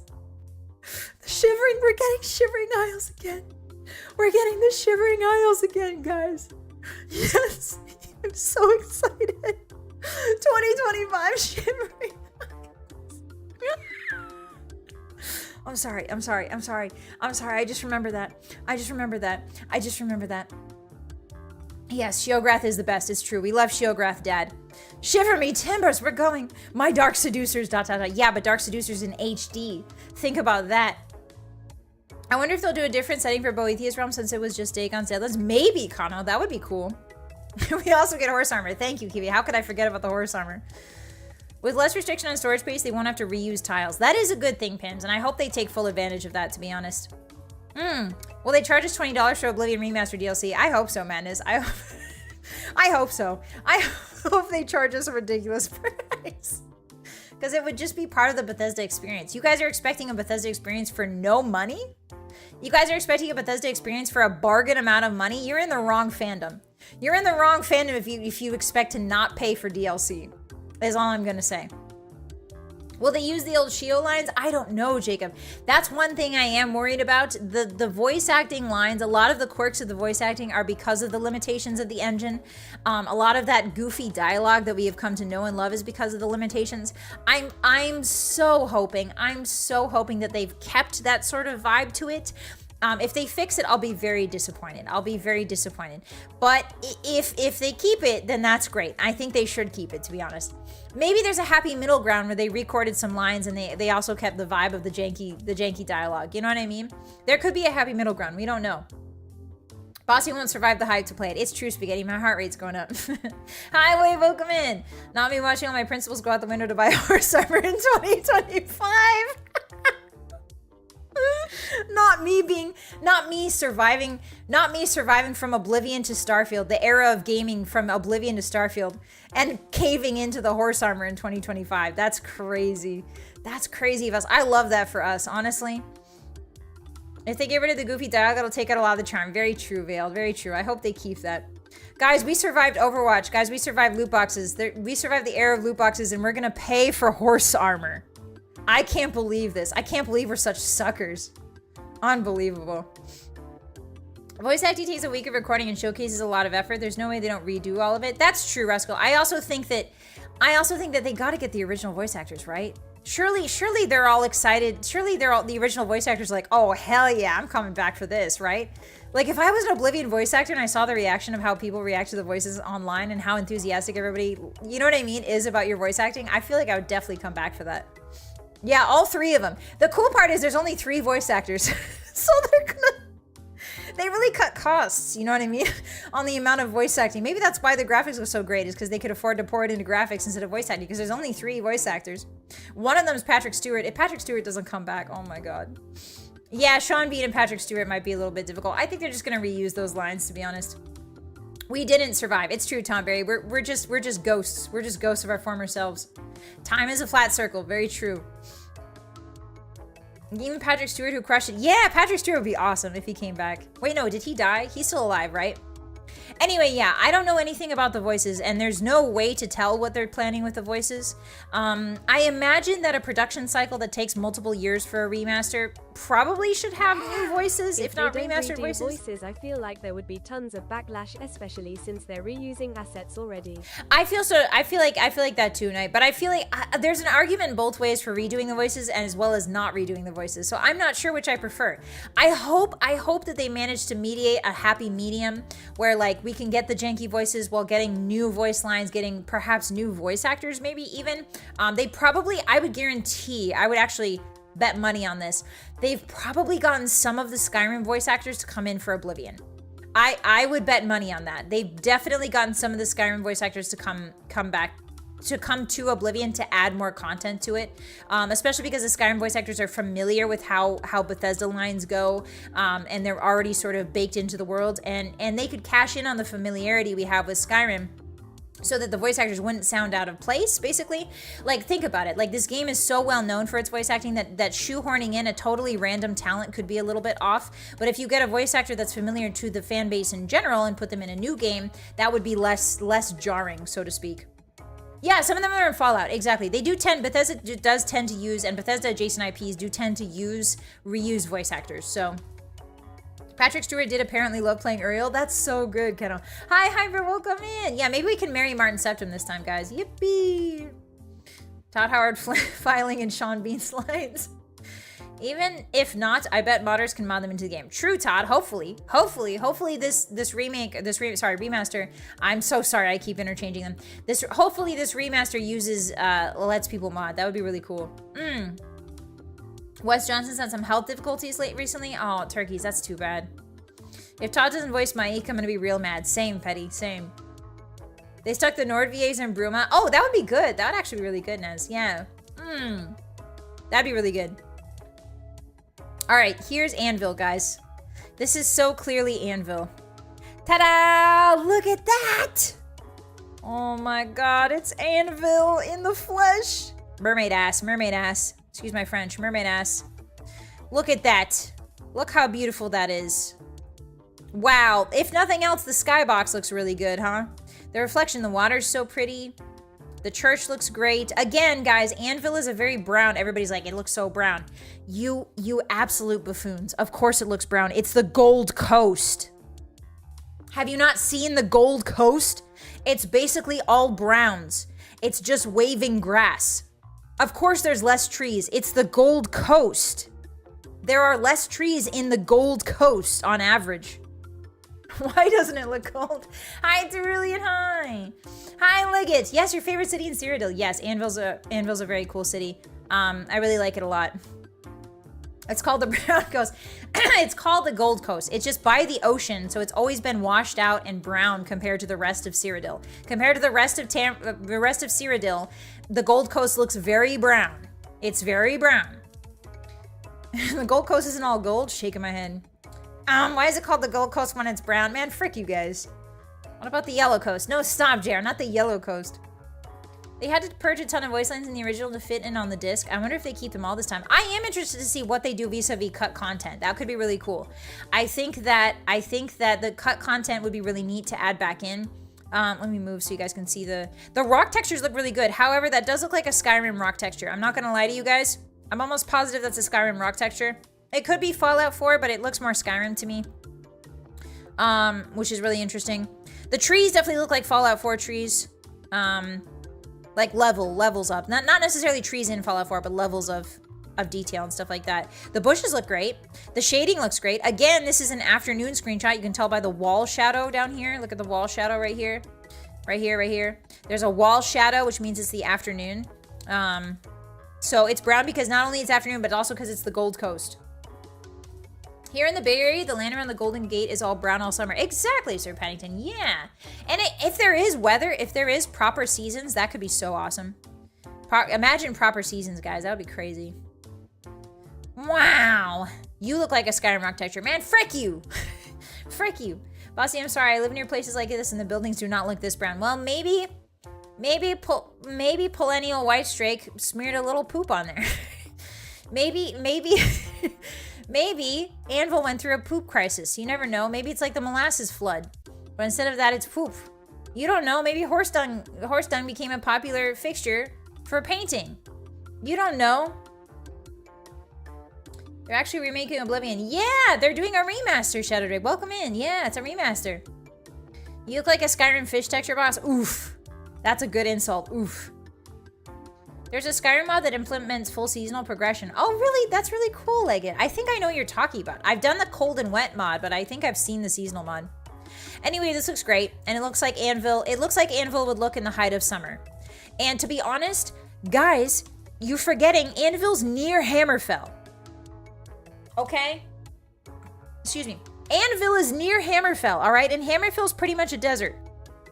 It's not all desert, but it's known to be very hot. And Anvil's near there, okay?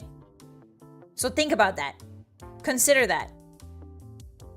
All right, next slide. What's the next slide? Me with my yellow tint gamer glasses on.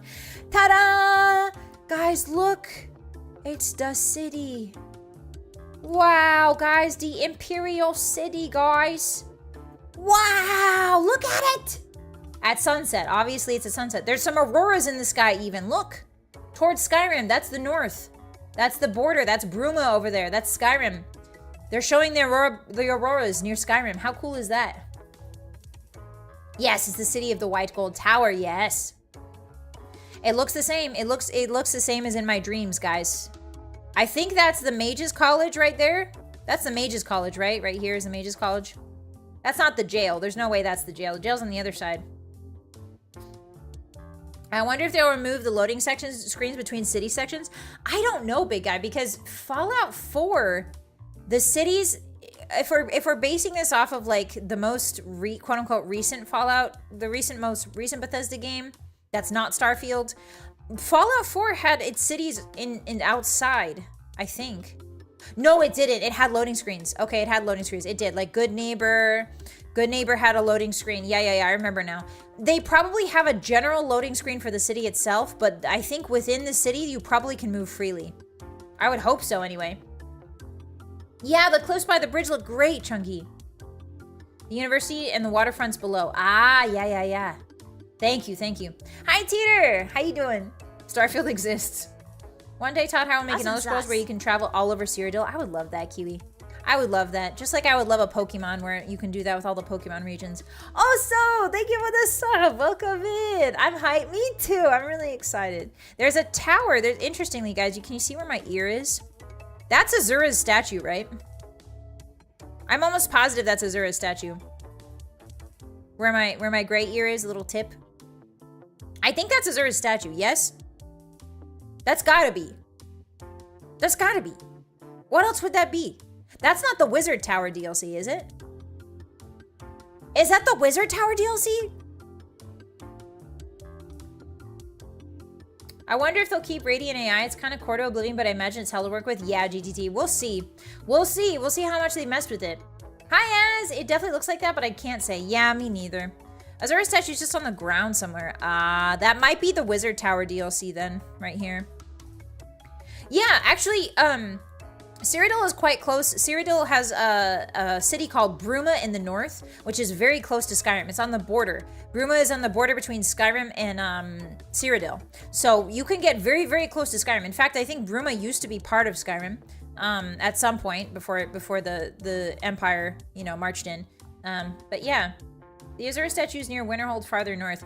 Yeah, I don't think that's the Skyrim Azura statue. Either that's the Azura statue or that's the Wizard Tower. That tower is really wizard. Thanks, Bubba. How you doing?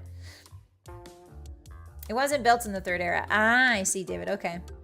So that's probably the Wizard Tower DLC then. Which, if they remastered the DLC for the Wizard Tower and stuff, that's gonna be so awesome. That's gonna be so cool. Cyrodiil had Nordpirials and Akavirials. That's right. Yeah, I don't think it's the Skyrim Azura statue. I think it's the Wizard Tower DLC, but we'll see.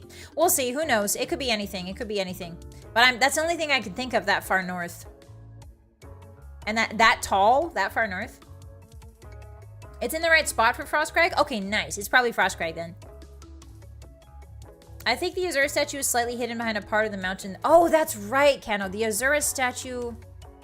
I'm getting it mixed up with the one in Skyrim, which was in the mountains. The Azura statue in Oblivion is in a forest somewhere, right? Did they build it after Sheograth finally dropped a comment on Morrowind? I don't think so, Des. All the news revolving around Oblivion remakes has been leaks, right? It hasn't even been officially announced. It has not been officially announced, but these leaks have a lot of credence to them, Tater. There's a lot of supporting evidence that these are real. Least of which is the fact that the people who the leak that happened, they immediately took it down. So we'll see, we'll see. No, it can't be the Skyrim. Yeah, the Throat of the World be in the way. That's true, Rapscan. I didn't think about that. Will they finally give Minotaurs pants? I hope not. I hope not. It was a very fundamental, it was a very core experience to be playing Morrowind, to be playing Oblivion and killing a Minotaur, and then your mom walks in the room and you're trying to loot his body and you're trying to see if he has a dongus, but you can't see it under all that fur. And then your mom walks in and you're like, your mom's like, what are you doing? And I'm like, I'm just looting his body.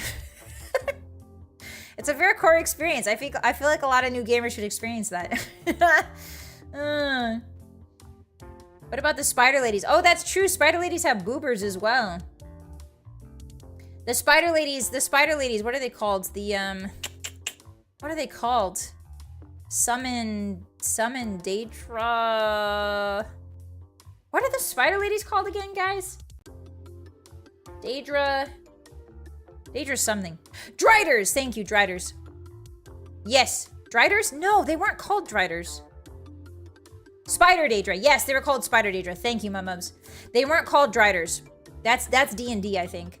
But they should have been called Driders. They're called Spider Daedra. It's like the spell is like summon Spider Daedra, which it's not even a name. That's not even like you have Daedroth and like Clan Fear, but you just call it a Spider Daedra. That doesn't make any sense. You know what I mean? But anyway, I'm not gonna nitpick Todd Howard's decisions, you know, with his naming conventions and his lore. Spoo Daedra, yeah, creepy crawly ladies, exactly, Papa. How you doing? Welcome in. Yeah, Driders are D&D. No, there's no cliff racers. If there's cliff racers in this game, I'm going to console command immediately kill all cliff racers. Arachnarchs would be a good name. I don't know. I don't know what the naming conventions are for Daedra. I feel like it's a bit different. I don't know. You call them spider mommies. Hi, Rig. They are very pretty. They are very pretty ladies. Arachnonac. Arachnonac? That sounds awful. Arachnonac. Actually, it's growing on me. It sounded bad at first, but wait a minute. Arachnonac. It's kind of growing on me. Hi, Will. Hi. Welcome in. No cliff racers. Spooters was the other option. I hate Spooters. Welcome to Spooters. Somebody's got to make a fan art where it's welcome to Spooters, but it's the Spider Daedra in a Hooters t-shirt. Like serving burgers and fries. But with Spooters across the... Can you imagine? Can you imagine like a Spooters, but it's a Hooters restaurant with Spider Daedra? I would love that. I would love to go there. In Battle Spider, they're called Perthen. Oh, that makes more sense, Connor. That sounds nicer. Perthen. I welcome our new Spooter lady overlords. Anorakkaranakophobia. I can't read that lot. How you doing? 8 Eyes Burgers and Fries. Yeah, 8 Eyes Burgers and Fries. 8 Eyes Burgers and Fries. Yummy. 8 Legs Burgers and Fregs. Nope. I'm doing good. That's good to hear, Lot. That's a top tier DLC idea. Thank you, Bossy. Thank you, Todd, for being here. Thank you, and also not thank you. You know what you did. Thank you, and also not thank you. I never tried to look at Minotaur Dom. I just tried Next to slide. the Morrowind women. You did what, Link? Thank you so much for the soup. I appreciate you. All right, next one. The sewers. Look at the Imperial sewers, guys. Look at the Imperial sewers. See, now this is much greener. And obviously this is an earlier time of day because the shadows underneath the plants are directly underneath the plants, which means this is probably noon, guys. The other screenshots you see are afternoon. These are clearly noontime screenshots. Things are green, things are beautiful. Look at that beautiful sewer grate. The Imperial emblems on the sewer grate. Look at all that.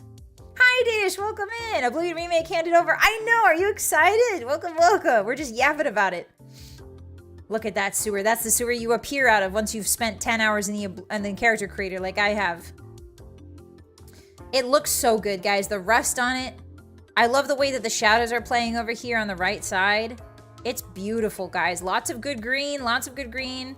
Lots of skeletons half buried in the dirt like a true Bethesda game. Next gen sewer trash.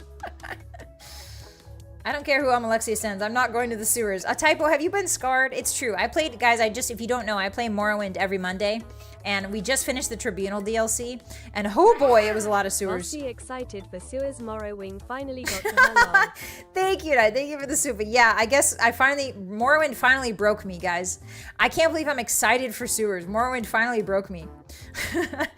10 hours, more like 10 minutes, maxing all the sliders. Hey, you don't know me, GTT. You don't know how I rock. You don't know how I roll. It's true. I'll take 10 minutes maxing it and then go. Full of goblins. Yes. Yes, we branded the sewer gates, which is really interesting, Kano. I feel like the fact that they've got the Imperial sigil up here on the sewer gates is really interesting. I feel like it's a good sign because that means that it's not just a sewer grate, right? They're trying to make it look good. They're trying to pay attention to little details here and there. So I hold hope. Like, obviously, this is a promotional screenshot, and they may have just worked really hard on the intricacies of the Imperial sewer grate because it's the place that you first exit and it's so iconic. So maybe these little details are only relegated to iconic scenes such as the Imperial sewer grate, but I'm hoping that these little details expand into the general vibe of like the architecture and the cities and stuff like that. I hope that we finally get to see some real grape plants. Some real wineries. I want to see some real wineries in Skingrad. I want to see some real wine in the barrels sloshing around in there. You know? I got lost in the sewers. Me too. I would min-max early on by getting lost in the sewers and killing things that were far above my level. I really like the sewers. I would like not leave until I had, you know, min-maxed and killed everybody in there. They want to know that royal poop resides here. Yes, Papa, exactly. It's a ward against evil. Is it better? Is it? Is that what the dragon motif is? Ready for the HD Surreal Bros wine in my life. Guys, we should have a wine taste. We should do a wine tasting. We should do a wine tasting and be like, these are from Skingrad, the finest wines. We should do a hand cam where I'm like, I have presented you the finest wines from Skingrad. That would be really fun. I would really like that. Adoring fan? The Adoring fan's coming back, guys. I want to turn Glarthir into wine. Yes, Danish. Yes, you understand the vibe. You get it. We're going to squeeze Glarthir's little insides and make them outsides and then ferment them for 48 days and then drink it. The Bosmer would approve, actually. He's a Bosmer, so he's fine with it. The Bosmer understand. I want them to fix the leveling system that got rid of sets of armor if you leveled too quickly. What do you mean, Shadow? Got rid of armor? The true beauty in Oblivion is using whatever armor you want, even if it kills you. The true beauty of Oblivion's leveling system is defying it. Wearing leather armor when you should be wearing glass and stuff, but wearing leather armor anyway because you think it's stylish. And having to compensate by hitting harder to kill them faster. That's the beauty of Oblivion.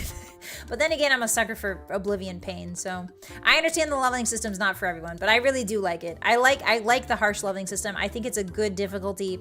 I think they should keep it there. I think the difficulty slider exists for a reason, so if you find it too hard, definitely turn it down. But I think the way that the world levels with you is really, really good, and it's one of my favorite things about Oblivion. I really enjoy it.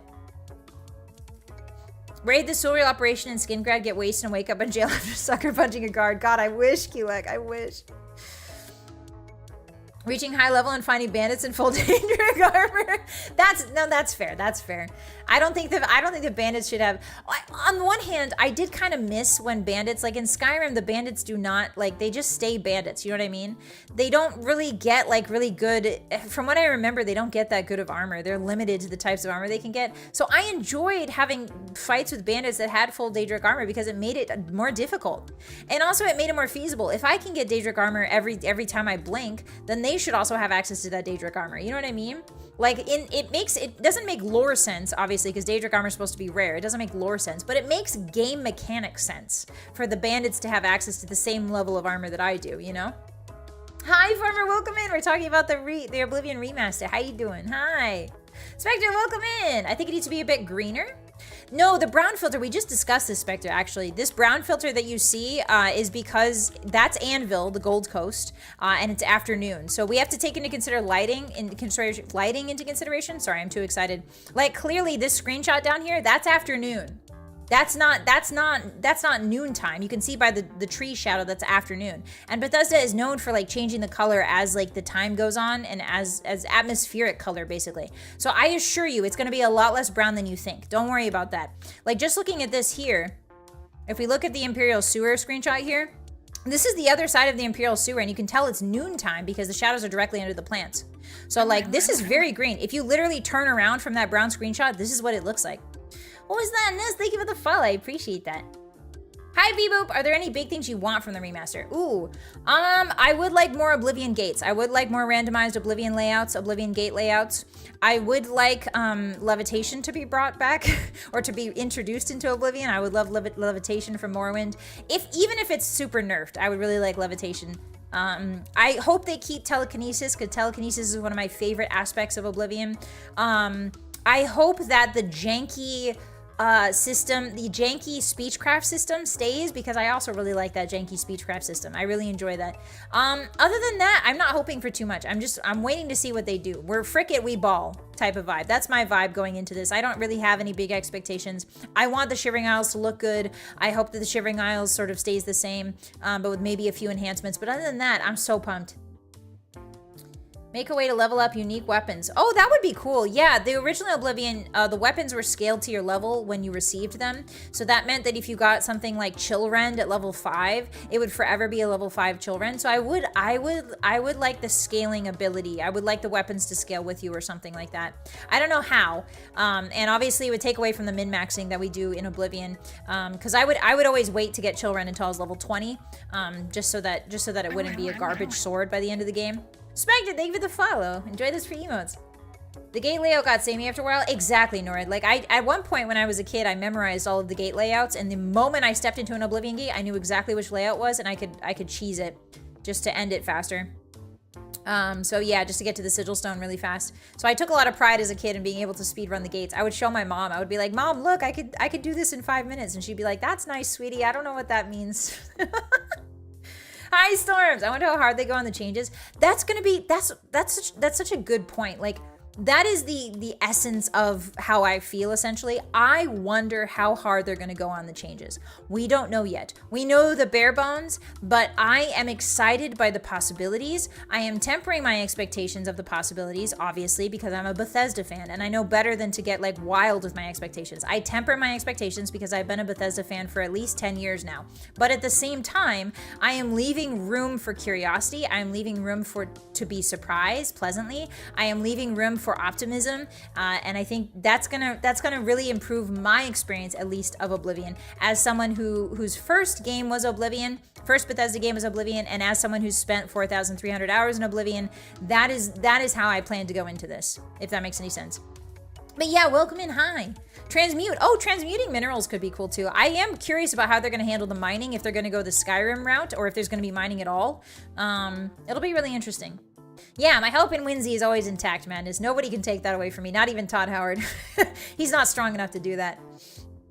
He's not gonna dupe us. Listen, maybe, but like, that's fine. It's not gonna kill my whimsy and my vibe and my verve, my je ne sais, what is it called? La vie en rose for this game. That's never gonna be, my La Vie en Rose for Bethesda, anything Bethesda Elder Scrolls is never going to be darkened. It's never going to be dimmed. I love the series too much. For all its jank, for all its disappointments, it makes it that much more nuanced for me and that much more meatier, and that much more involved, you know? Hi, Aaron. Welcome in. Yeah, I'm really excited for it. Hello. Yeah, Crunchy. I have 4,300 hours in Oblivion on record.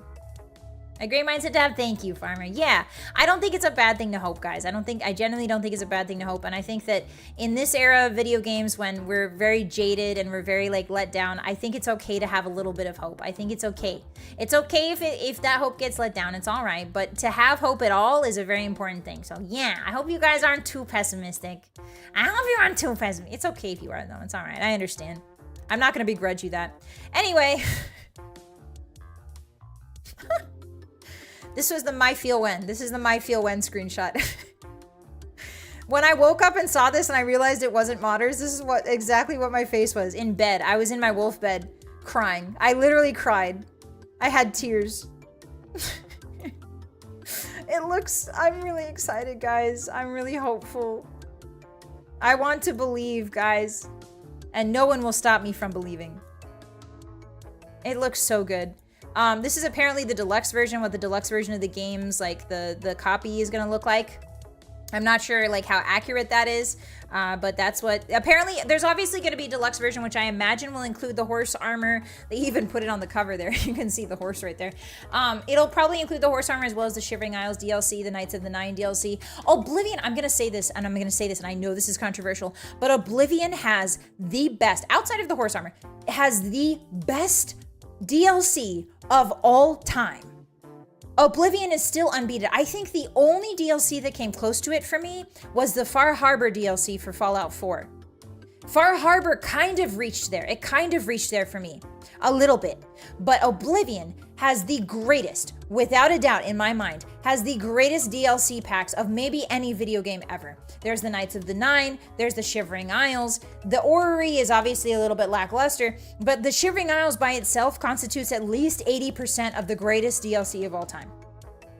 Yeah, the Shivering Isles is a good game in and of itself.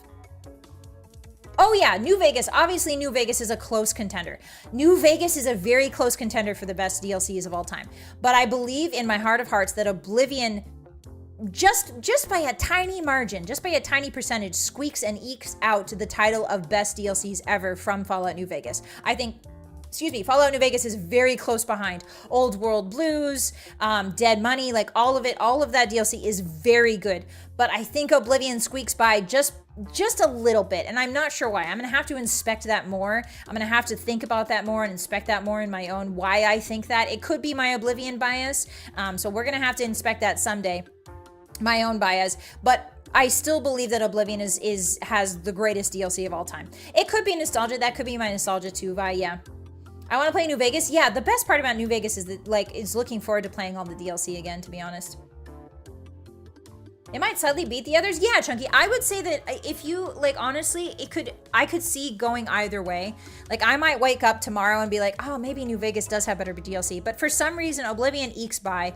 And I think it's just the depth of the lore. I think in general, because I like lore so much, there's so much lore in the Shivering Isles. There's a metric frick ton of lore in the Knights of the Nine expansion. Knights of the Nine? Knights of the Round Table? Whatever it's called. I think it's Knights of the Nine, right? Anyway, sorry, my dyslexia. I get it confused with the summon from Final Fantasy VII a lot, the Knights of the Round. So sorry about that. But yeah, I think that the lore richness of the DLCs makes me like the Oblivion DLCs more. Whereas New Vegas obviously has a ton of lore. It's got great lore to it, but it's still real world lore. It's still essentially based in a historical fiction type of lore. It doesn't get too crazy with the gods. It doesn't get too crazy with the magic system. It's still very rooted in a modern setting and a alternate history setting type deal. Whereas Oblivion has sort of this room, this fantasy room to spread its wings and talk about gods and magic and time travelers from the future, all that sort of stuff. So I think maybe that's why the Oblivion DLC edges out for me a little bit over the Fallout New Vegas. Yes, it was rigged from the start. Exactly. Celebrating the leagues. Hi, Bob. Welcome in. Are you excited? It's good to see you. How are you? I'm so excited too. Kill all elves, Pelennor. Yeah, he did really like killing elves. Hi, Lego. Welcome in. How you doing? We're just yapping about the Oblivion Remaster. Hi, 28 Jugs. Elder Scrolls lore goes so hard. It goes so hard. And I think that's probably why I think the DLC goes harder. The Oblivion DLC goes harder than New Vegas. Because I genuinely love the New Vegas DLC. I love it a lot. But it does not have the breadth. It does not have the fantasy, because fantasy allows for more lore just naturally. By virtue of being fake, by virtue of being a fake magical world, it just allows for more lore building in general. So yeah, I think that's just why I like it. Have you already planned out what kind of character you're gonna create? Oh my God, Spectre, that's such a good question. I have no idea. It depends. Surely they've kept the original ability. One of my favorite parts of Oblivion was making new character classes and making character classes of my own. I really, really, really hope they still keep that ability. I hope they don't relegate us to a handful of predetermined classes. I don't see why they would. I hope the ability to create our own class is still there. Make another puncher. That could be very cool, Will. I might do another melee build, but I do want to explore the magic system, specifically mysticism. I want to do mysticism. I want to do alteration's always fun. I wanna explore. I don't know if I want to. I have to do a destruction mage. My first playthrough has to be destruction magic oriented. I might do an airbender situation.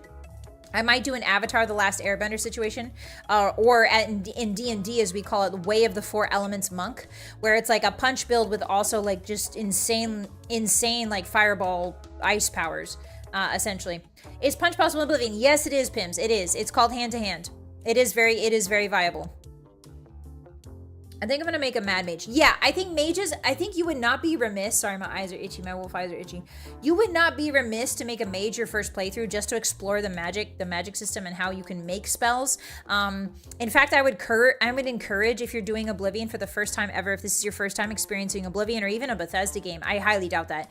But if it is, I would encourage you to have at least a little bit of a magic system going on in your builds. Like choose a magic, whether that's restoration, whether that's alteration, whether that's destruction, whatever it is, I leave it up to you. But I would encourage, if this is your first time experiencing Oblivion, to put like magic within your build. So maybe like, say, like a spell blade, or like maybe you do shield spells but you're a melee build, something like that, because the magic system in Oblivion is really and truly one of its greatest strengths, because you could just make spells. I feel like the Skyrim people who are going to come, who have only ever played Skyrim, and they're going to come back to Oblivion with this remaster, their minds are going to be blown at the spell making. I'm really excited for it. I'm also curious if like I wonder if like the hacks that you can do, like the set restoration to 100 or whatever, and then just cast spells upon spells, the spell chain, so to speak, the broken spell chain that breaks the game. I wonder if they keep that. That would be really interesting. Yeah, the 1 second plus 100. I was gonna say, Star, like that. I was thinking that. Full Millennial roleplay, heavy armor mason, destruction magic. That would be cool, Vale. I would like that. 120%. Yeah, I'm curious how they're gonna do Chameleon, guys. I'm so curious, because one thing I will say, if this is going to be your first Elder Scrolls, or if this is your first experience with Oblivion, it's just like Skyrim. Oblivion is the same game as Skyrim in one aspect, and that is stealth. Essentially, if you get Chameleon or if you get invisibility passively, it's going to ruin the game. It really truly ruins a lot of the combat. So I would be very careful with how you use Chameleon. It's called Chameleon in this game. There's also invisibility, but Chameleon is the big thing. Just be careful on how you use Chameleon, because it can really change the game forever for you. So just be careful. I miss the classes from Oblivion more. And me too, Empress. Welcome in. Hi, Jag. Will it have horse armor? It will. The horse armor is confirmed, Jag. How you doing?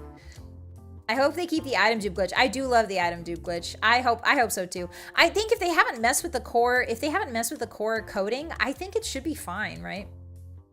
The broken magic is always the most fun. Exactly, Bab. Balance is fully, and it's a lie. Yeah, balance. There's only so much balance you can have in Oblivion, and obviously Oblivion is a goofy game for goofy people.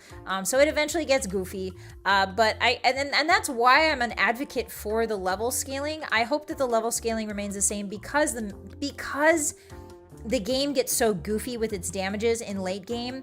Like, it makes sense. Like the amount of spells that you can do and what you can do with the spells, it makes up for the fact everybody has Daedric armor, because you can, as long as you're messing with spells in an appropriate way, you're fine. Your power level will scale appropriately with the rest of them. Hi, Francis. I always bunga big sword, so I'm not too worried about it. Ooh, big sword's fun too, Francis. I use Chameleon a lot when I played a Nightblade and Morrowind. Yeah, Chameleon's really fun, yeah. I never finished Skyrim. I only got to Parthenax and then stopped. Oh, Vi. I think you're going to really like Oblivion, Vi. I think you're going to like it. I glossed over magic hard my first time, and now that Mormon forced me to learn spellmaking, I can go back with a fresh perspective. That's so cool, Q-Like. That's what I love about Bethesda games. I really enjoy that. That makes me really fuzzy and warm on the inside to hear. That's what it's all about, guys. That's what it's about. It's about one game giving you perspective and you going back and playing another game and using the tools that you learned in the other game. You know what I mean? It's about the mindset. It's about the mindset you get from Bethesda games. It's about the tricks and tips you learn. It's about cultivating and curating your own experience based on what you have experienced in the Bethesda games in your own way. And that's what's beautiful. That's what's beautiful about Bethesda. That's what's beautiful about it. Oh, Mage Knight's good too. Weakness to magic makes you weak to weakness to magic. Yes, Ankylosaurus, exactly. The endless chain of spells. What irks me is that a build that uses no magic is severely underpowered. That's fair, David. I think with enchanting, obviously with enchanting, you can overcome that. Enchanting is really huge. If you're not going to use any magic at all, I would say in Oblivion, I would be sure to level your enchanting or to make sure that you find enchanted weapons and or enchant weapons yourselves, because enchanted weapons are going to help you get over that hump. If you don't use magic spells, enchanted weapons are the way to go, 100%. Hi, I'm Cindy. Welcome in. The Oblivion yeah. It's supposedly out on the 21st. Oh my God. If it is, guys, that's next week, guys. I got to redo my whole schedule for next week. Amen. Yeah, ramen. It's about hoarding books. Hail Hermaeus Mora. Hi, Justin. Yeah, I love Hermaeus Mora. He's one of my favorite Deja. Welcome. The story in Oblivion is better than Skyrim. I feel like the story in Oblivion is a very unique story. I feel like Skyrim, you can sort of tell how they go from Morrowind to Oblivion, where Oblivion is a bit of a more straightforward story, and then from Oblivion to Skyrim, where the story is even more straightforward than Oblivion. It's very chosen one. I feel like they're very narrowing down on a chosen one sort of aesthetic to give sort of a power fantasy to players, which on one level I agree with, and another level I think that the ambiguity of Morrowind in terms of whether or not you're the villain or the hero is also a very good thing to explore. I'm hoping that Elder Scrolls 6 kind of combines the best of Morrowind with the best of Oblivion, in the sense that, like, there should be a hero's journey, there should be a chosen one storyline, but we should also temper it with, like, the moral ambiguity and the grayness of Morrowind, which is very present in Bethesda a lot of the times. It's just become less and less so over the years. So I'm hoping that they'll see the beauty in Morrowind's morally gray ambiguity and sort of tie it into the Elder Scrolls 6, if that makes any sense. But that's my hope. That's my hope. That's my hope. Why does my body have rabies? Sorry about that. Why does my body have rabies? There we go. Now we're closer. Not as much rabies. Hi, Ariel, welcome in. How you doing? I want to see Oblivion. Yeah, it's going to be awesome. I'm really excited to see Mehrunes Dagon in 2025. That final fight with him, whew. I can throw fireballs and stop people from jumping in while still running in myself. I think so, Hyper. I think that's not going to change very much. Yeah, we love a classics hero journey. Yeah. Hi, Tana. I like that in Oblivion you're not the chosen one. Instead, Martin is and you're just his little helper. I really do like that, too. I like that a lot. That's one of my favorite aspects. I really like stories that aren't necessarily focused on the chosen one, but like the chosen one's sidekick or something. You know, like the chosen one, the guy who helps the chosen one is always a really, really good trope. And I hope they lean into that too. I hope they polish Manny Marco's fight. Ooh, that could be good, Momubs. Yeah, because you do fight Manny Marco's ghost. Ghost? You fight Manny Marco's like demi-ghost in Oblivion in the Mages Guild quest. In Oblivion, I watched the hero make the big sacrifice while I pound down cabbages and punched her more for giggles. Exactly, Jack. You're just Sean Bean's sidekick. It is pretty cool, Wave Packet. It is really cool. I do really love Oblivion, guys. I don't know if I made it obvious enough, but Oblivion is genuinely my seminal work. It is not my seminal work, but it's my seminal experience, my seminal video game experience, my benchmark for all video games. I think I was so young when I played it and such an impressionable age, and I played it so much and it took up so much of my life that it is truly the benchmark video game for all video games that I experienced moving forward. So to see it be remade is really, really, really nice. It is just a really good feeling. I don't want to get emotional, but I'm getting emotional. No, don't let your emotions get in the way. But this game really did help me through a tough time in my life, and it's just a very beloved game, and I'm really excited to see it come to life in a different way. Terry Pratchett, if you guys don't know the author, Terry Pratchett, he wrote the Discworld series, he wrote Good Omens, sorry. He wrote Good Omens, he wrote a lot of really good books. He really loved this game, and he played it until his death, and he started getting dementia. And what was really cool was the community, the Oblivion modding community came together and made an NPC for him. Well, he offered to help like write the dialogue for an NPC that a modder made, and she slowly became more and more of like an actual person, like more and more of an actual character. And then when he started getting old and he started getting Alzheimer's, I believe it was Alzheimer's, it might have been dementia, I'm not sure. But when he started getting old, he couldn't find his way out of the caves anymore because all the Oblivion caves look very similar. So he couldn't find his way out of the caves and he got really frustrated with it. So the modders, in what is maybe the most heartwarming story in all video games, the modders essentially made it so that the NPC could lead him out of the caves if he asked her to. Which is one of, I don't know. There's something about Oblivion, man. Man! Making me cry on a Tuesday. Frick you, Todd Howard. Anyway, if you couldn't tell, I love Oblivion. I love Oblivion, and I will always love Oblivion. And I hope that you guys enjoy it as much as I do. I hope that at the very least you get to experience it with new eyes, with a new perspective. We've changed a lot since the last Oblivion came out, so I'm really excited to see how we receive it, how we reflect on it, moving forward into the modern era of Elder Scrolls 6. Crossing fingers. Hi, Lone Wanderer, welcome in. Oblivion's better than Skyrim. It's true. It's true. Why would you say something so controversial and yet so brave? Welcome in. You need Alzheimer's to get lost in Oblivion Caves? I need to go to a medical. No, you don't need it. I'm just saying he got Alzheimer's towards the end there. Even I got lost in Oblivion Caves. Like, Oblivion Caves all look the same, to be honest. Unless you have the minimap, unless you remember how to read the minimap. They're very hard to get out of. It felt more lifelike to me. Yeah, Pickle, it definitely feels lived in. I would say that out of all of the Bethesda games, I would say that Oblivion feels the most lived in. I would say, having experienced 100 hours of Morrowind now fresh on my channel, I play Morrowind every Monday, as well as Fallout every Friday, if you're interested in that.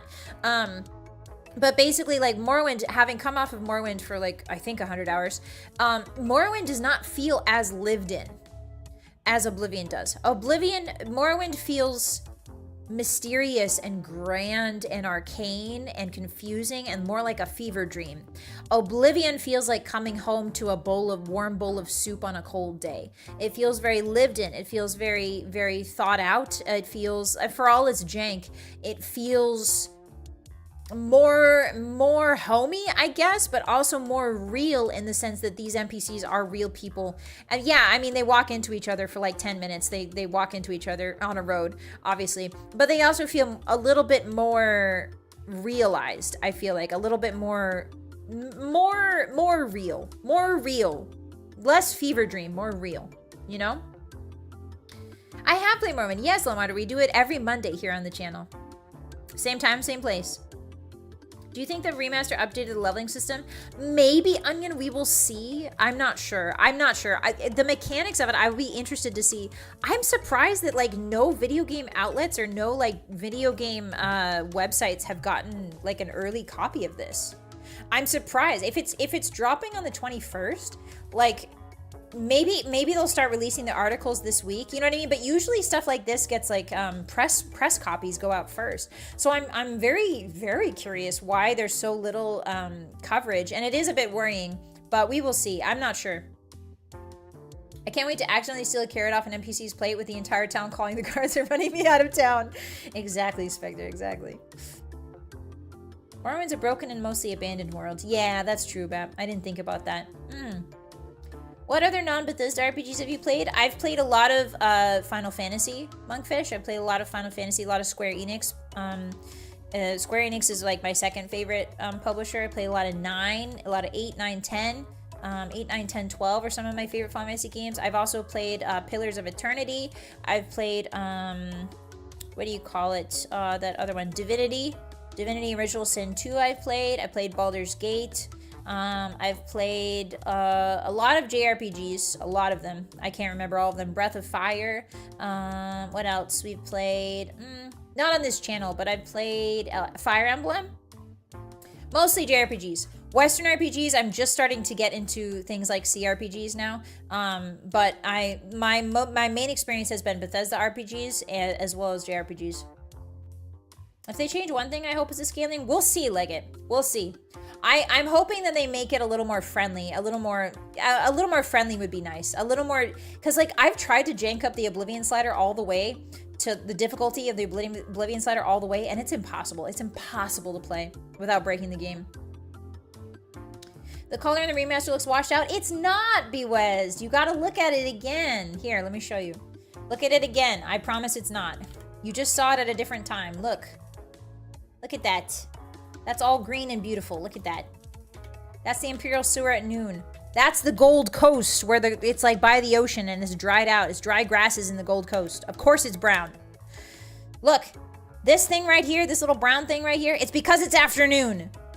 But if you turn around, that's the Imperial Sewer view, right? Looking out at the water. If you turn around, it's literally this. it turns into this. So I don't know. I don't know. We'll see. We'll see with the colors. Hi, Sam. Welcome in. Hi. I'll admit it's pretty cheesy that you can just move everything in the Silver Rush into the bathroom without the fangraphs carrying it all. Yeah, for sure. Seeing every enemy wearing Daedric armor. Yeah, it is a little bit weird, but if I have access to Daedric armor, so should they, theoretically. It makes sense for balancing, like, gameplay-wise. Gameplay-wise, it makes sense. You know what I mean? BG3 just dropped its final major patch. That's right, Crawdad. Hi, how you doing? BG3's final patch came today, guys, which means we can start a new playthrough eventually. Yippee! I could finally be a drunken master monk. I'm so excited. The Arcanum of Steamworks and Magic Obscura might be up your alley. Elves, dwarves, men, and orcs in a Fallout 1 and 2 style gameplay. Oh, thank you, big guy. I'll definitely give that a look. I think I've heard of Magic Obscura. You guys might have mentioned that once. It's simple enough. Yeah, hopefully the engine allows for modding, Crawdad. I know a lot of people have some reservations that this engine won't allow for modding, but I'm almost positive it will. We'll see. We'll see. There's no way they'd release a remaster and not let us do at least a little bit of modding. It doesn't make sense, especially for Bethesda. Especially for, like, there's no way that Bethesda would let that go through. Like, as an IP, that's like their biggest draw. That's why they want people to mod it because it keeps people buying their game. So there's no reason for them to de-incentivize modding, but we'll see. Arcanum is hard and ultra jank. Oh, really? Arcanum's amazing. Really, Sand? Okay. Oh, you guys like Arcanum, huh? I think you shouldn't be getting bandits at that point. They'd be warbans or Dremora incursions at that level. Icy storms. Swashbuckler Rogue. Yeah, you guys excited about Baldur's Gate? It's made by the OG Fallout devs. Oh, cool, Charlie. That's very neat. Dark Messiah could be a fun stream. I do have Dark Messiah on my list, Mr. Shrike. Dark Messiah is ready to go. The issue is that I don't have a lot of time to play long RPGs because we already play 3. We're already playing 3 RPGs as we speak, Monday, Wednesday, Friday. But if we manage to finish Dark Souls 3, once we finish Dark Souls 3 on Wednesdays, Dark Souls 2 and then 3, then we can slot something in there, something else. Same with Fallout. We could also do something. I'm not sure. I need more time, man. I wish there was more hours in the day to play video games with you guys because I really enjoy it. Nah. Arcanum is magic or steampunk. Oh, cool. Yeah, modders will find a way probably. I've been really interested to see what the CS looks like if the game is really running on UE. Yeah, it's gonna be. I'm fascinated. That is my attitude going in. Boop is like, I'm curious to see what this is. It looks good. It has me hopeful, but at the end of the day, I am curious to see what the meat and bones of this is. This is basically the equivalent of them wafting a nice dish in front of my nose and I can smell all the smells, but I can't taste it yet. So until we can taste it, we obviously have to reserve our judgments. But I'm very excited to see how they implement Oblivion into a modern lens, essentially. I've heard good things about Dark Deity as it is an indie based on Fire Emblem. Oh, cool, Kiwi, nice. Modders will find a way. Jeff Goldblum. Dark Messiah is 10 hours long. Oh, that's not long at all, Roscoe. Okay, maybe we could squeeze that in faster than I thought. Yeah, a lot of these games you guys recommend, I'm just curious like how long it takes, because that's the only limiting factor is time. I would love to play all of these, but the limiting factor is time here. So if Dark Messiah is only 10 hours, I could probably breeze through that. That would probably take like 2 streams, if that. It seems says 11 hours. Okay. This feels like when Bannerlord released, like something that shouldn't be happening is actually happening. I know, right, Jack? It's a bit of a fever dream. There's a fever dream quality to the release of this that I'm excited about. What's your favorite Fire Emblem character? I like Dimitri. I like Dimitri Blaith, Alexander Blaith. But I also like Edelgard a lot. And I like Claude. I like all 3 of the major ones. Yeah. I like Ignatz. I'm in a small minority. I like Ignatz from Fire Emblem. I'm not much of an old Fire Emblem head. I apologize. I've only played 3 houses. You're gonna like Pathfinder Kingmaker? I do have to try the Pathfinder games, dude, for sure. Who even needs sleep, Bossy? I do. I'm 22 years old. Jugs. I'm 22 years old. And once you turn 23, you start getting decrepit. I need my sleep. I'm an old lady. Claude is best boy? Yeah, pretty. Claude is really cool. I like him a lot. I really like, I really do enjoy Fire Emblem. It's very fun. I like the tactics aspect of it. Final Fantasy Tactics is also a good game. It just takes a long time to play. I really want to play that with you guys because Tactics is really fun. And it's surprisingly the Game Boy Tactics, the Game Boy Advance Tactics games are really cool. Like Tactics A2, like Grimoire of the Rift was an awesome game. The original Tactics A2, what is it called? Tactics Advance, yeah, that's also a great game. A lot more strategic than you would think. Bossy is young. No, I'm 22. If 22 is old for Bossy, I'm ancient then. Don't worry about it. Don't worry about it. It's all relative. We're all Akatosh's time travelers, okay? I like Tactics a lot, but I've never beat it. Yeah, it's really tough, yeah. It's a really tough game. Hi, Icer. How you doing? It's good to see you. Hi. We just got done yapping about Elder Scrolls, the Oblivion Remaster. I'm so excited for it. I'm currently addicted to Warhammer 40k Rogue Trader. I've heard good things about that, man. I've heard good things about that. I have a lot of the games on my wishlist on Steam, the 40k games. I played Space Marine 2, and I played Vermintide. Vermintide was my first Warhammer game, believe it or not. So I have a couple others you guys have recommended on my wishlist, and I would love to get to those. Tactics Ogre. Yeah, Tactics Ogre Ankylosaurus. You know. Game Boy Advance. Yeah, Tosan. I want to play more Game Boy Advance games with you guys. Game Boy Advance holds a special place in my heart, and it's technically retro, so. Yeah, Vermintide was really fun. Under 30 is young? Really, Rig? Says who? Rogue Trader's my favorite 40k game. Alcat did such a good job on it. Oh, is that the studio, Alcat? I've been addicted to Timberborn and Balatro. Ooh, Balatro's a good game too, yeah. I don't know what those are, Saint. What is VT? Oh, Vermintide and Warhammer 40B. Sorry, I don't know what Warhammer FB... For Blood? Fort Bite? I'm sorry, my brain is blanking. Total Warhammer #1, but I like them in general. Yeah, Mako, we've actually played Total Warhammer. That was pretty fun. I liked those. I liked those out of all of the Total War games I played. I like the Warhammer ones the best. Yes, KOTOR is also on the table. I've been looking at KOTOR. I think KOTOR's on GOG, and I think it runs more smoothly. The GOG version runs more smoothly. Because the OBS, the problem with KOTOR is that OBS doesn't like capturing KOTOR on Steam. So I think if we run it through another, if we try and get it the GOG version, if there is one, I think that'll do better. I think that'll run better. In which case we need to play KOTOR, because I love KOTOR 1 and 2. Those are my favorite. Yeah, KOTOR hates running. God, speaking of remasters, I want KOTOR. Please. Please, KOTOR 1 and 2, please. Please. Yeah, the Warhammer is the fantasy one. 40k is the sci-fi one, I think, dude, right? I got into the Yakuza games. Oh, the Yakuza games are fun. The only experience I had with the Yakuza games is I played Yakuza 0. I ran into a mahjong parlor within the first 2 hours of the game, and then I spent 15 hours or something like that. Something crazy. I spent a lot of time. I think I spent at least 10 hours trying to learn how to play mahjong, and then I never played the main game. So that's the full experience that I have with Yakuza.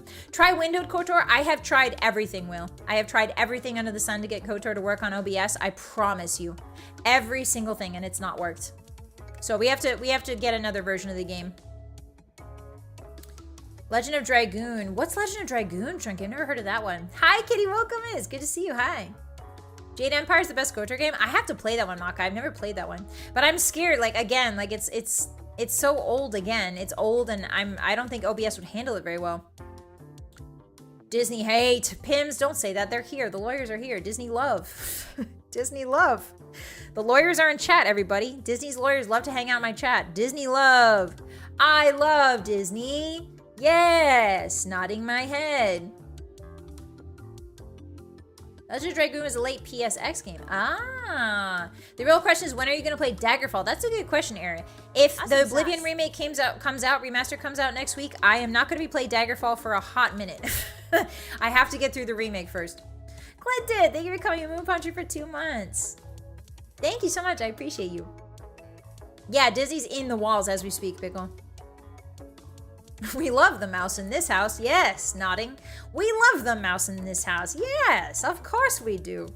Got a teleprompter. Yeah, I genuinely, guys, if the Oblivion remake comes out next week, I don't know what I'm gonna do. It's gonna be Oblivion Tuesday, I think. I think it's genuinely gonna be Oblivion Tuesday. Which sucks, because I would like only one day to be like Elder Scrolls oriented. But if we have to, I'll shoehorn in an Oblivion Tuesday. Oh, Oblivion Tuesday. Michael Mouse. Haha, you better. I'm sorry, my voice is really bad for Michael Mouse. Sorry, Onion. Hi, John, welcome in Remake. I know, welcome. We just got done yapping about it. How are you? Are you pumped? Are you excited? Hi, Rowan. How you doing? We give Disney our monthly tithes to show our love. Yes, of course. We tithe to Disney. Yes. They'll never kill us. They'll never be able to kill us if we tithe to them. We'll never be on their radar. They'd simply love us. Disney loves us. They love to sponsor us. We'll allow it to be Oblivion every day. No, you guys won't. There's this one thing I have. There's a philosophy I have about my channel in general, and it's I want to give you guys a platter of the same thing every week so that you can always know, oh, it's Friday. Today is Bossy's playing Fallout. I want to make sure that everything is, in case somebody doesn't like doesn't like Oblivion, I don't want to wipe the slate and deprive them of that. And indeed, I don't really like mainlining something that hard because I feel if I mainline something too hard, I burn out on it pretty fast. Burnout's a pretty big problem for me. If I find a game I like, I play it until I burn out on it. So in order to combat like the way my brain works and my own sort of issues in that sphere, I like spacing the games out. I like spacing them out. I like playing multiple RPGs at once. I like being like, oh, I wake up and I'm like, oh, today is Morrowind Monday. I'm excited to play Morrowind. Or like Wednesday, I'm like, oh, today is Dark Souls Wednesday. I'm excited to play Dark Souls. It kind of demarcates the weekdays for me in a way, because I kind of have some time blindness going on with the spicy brain and the acoustics. I have some time blindness, so it really demarcates the days for me. So I hope that you guys will understand. I'm not going to make a full Oblivion week. As much as I would like to, and as much as I think I just because I know myself and I want to make sure I'm pacing myself and having fun and not burning out on one game, if that makes sense, you know? That may cause an RPG overload. No such thing, Onion Hat. No such thing, Onion. There's no such thing as an RPG overload. I love RPGs. Yeah, I'm very pumped too. Hi, Dash. Oblivion week every week. No, we'll make Oblivion Tuesdays. That way we can play Oblivion on Tuesdays with each other, you know? Yeah, I make sure you guys get a good variety in your diet. I'm not going to force feed you, you know what I mean? I'm not going to force feed you broccoli every day. I'm not going to force feed you, pate every day just because I like it. I'll give you a little bit of everything and you can come by depending on which game you like, Yeah, depending on what you're feeling that day. Oh, I want to eat a little bit of Dark Souls. You can come eat Dark Souls with me on Wednesday. Oh, I want to eat a little bit of Oblivion. Okay, that's Tuesday then, Bossy gacha gameplay when I don't like gachas that much, Kitty. I'm sorry. I don't like gachas that much. I apologize. I don't really like Honkai Star Rail. I don't like Genshin. I'm sorry. I think the designs are really cool. I just don't like the gameplay. I don't like playing it. It's not my style. It's not my style. No, not spinach every day. Not sweet rolls every day. It's about having a balanced diet, hotties. That includes video games. You need multi-games to stay cool. Exactly, dude. Exactly. Yeah, I do gacha with Fallout RNG. That's true. I experience gacha every time I play Fallout, too. Every time I fail my 51% shot. I'm experiencing gachas. I'm not always around, but it's nice to look forward to certain things on certain days. Exactly, Kulak. Yeah, I feel like that's my philosophy. I know that people have different ways that they play games on their channels, but that is my philosophy, is that, today is Taco Tuesday, today is Oblivion Tuesday, you know what I mean? I want you guys to always be secure in knowing that there's something for you here every day of the week, if you're interested, Yeah. Most gachas are designed first and gameplay second. That's true, Bab. I do like the aesthetics of the gacha game because I don't know why I have rabies. I like the aesthetic of the gacha game because it's beautiful. I think the Genshin designs are really cool. I think that Honkai Star Rail and ZZZ are really cool. I even think Nikkei's designs have their own merits, And even like Love and Deep Space has some really nice aesthetics to it. Just a very soft, nice aesthetic. So I enjoy the aesthetic of gacha games because they always focus on that a lot to draw you in, So it's always like a feast for the eyes in a gacha game. Whether or not you like the gameplay and the gameplay loop is a different matter, Hi, thank you for the redeem. I'm sorry, I turned the redeems off because I wanted to yap today. I'm sorry. I'm sorry I scammed you. I'm sorry. Yeah, it's time to get my shots. That's true. Do you think you made more Skyrim food on stream? Yes, actually. You guys sent me the Fallout cookbook too. So I definitely want to make more food on stream. And I'm sorry I haven't been doing a lot of hand cams lately because I've been swamped during my documentation duties. I've been pretty swamped. So once those clear up, we'll be able to do a lot more cooking hand cams. We'll do Skyrim food. We'll do Fallout food. And yeah, it's gonna be really fun. Actually, let me show you my schedule for the rest of the week. I finally put my schedule up, guys. Yippee. Speaking of schedules and all that, let me show you what I'm planning for the rest of the week for you guys. Yay! Okay, so we did Morrowind Mondays yesterday, as we always do. Tuesday was supposed to be learning about the Snow Elves, but then they leaked the Oblivion remake, and here we are. So yeah, that was today. On Wednesday, tomorrow, we're going to be playing Dark Souls 2 hours earlier than usual because I have a collab playing Vintage Story with Kokone Yurikago of VNU. Vintage Story is kind of like an old school, well, not old school, but it's like a harder, more difficult, more grounded Minecraft. And it's also scarier. It's like a survival horror almost Minecraft, but it's also a little bit cozy. It's very slow. The gameplay is very slow. Like you're eating berries, you know, you're trying to desperately to create a clay oven and all that good stuff. So yeah, come on by for that. We got two streams on Wednesday.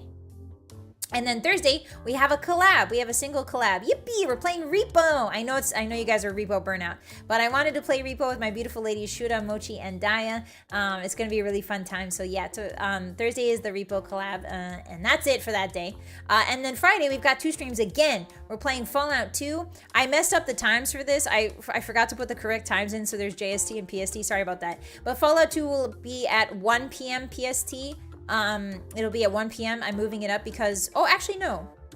Maybe it'll be at 3 instead. I think if Fallout 2 will be at 3. Yeah, Fallout 2, I think Fallout 2 is at 3. So Fallout 2, we're going to be playing at 3 p.m. PST. It depends. I might move it to 1, but we'll see. And then we're playing, later that day, we're playing Resident Evil 6. We played Resident Evil 6 last week with our friend Zelly Zuimu from VNU. And we played Leon's route, and now we're playing Sherry's route. It's so campy. It's really, really fun. So if you like Resident Evil 6 at all, come on by for that at 6 p.m. PST. And then Saturday, we have a special stream. We have a members-only stream. You guys sent me a Japanese snack box. Thank you very much for that. I really appreciate that. So we're going to be taste testing a bunch of Japanese snacks. And it's going to be a hand cam. So yeah, we're going to have some tea and try out some snacks. We're going to yap, and it'll be a really good time. So I'm excited for that. And then Sunday, I have off. Yippee! Yay! The RE6 stream is so fun. Yeah, Veiled. It's going to be a long one. Usually the RE6 stream we played last time was 7 hours long, and I kind of want to finish it in one sitting, so this one will probably also be 7 hours long. So it's going to be late into the night. It's going to be late night gaming with me and Zelly. But I really do love that vibe sometimes. Sometimes you just need a little late night gaming session, you know? So yeah, that's my schedule for the rest of the week. Yeah. Yeah. Hi, Boston60. It's my B-Day. Happy almost birthday, Pogdog. How you doing?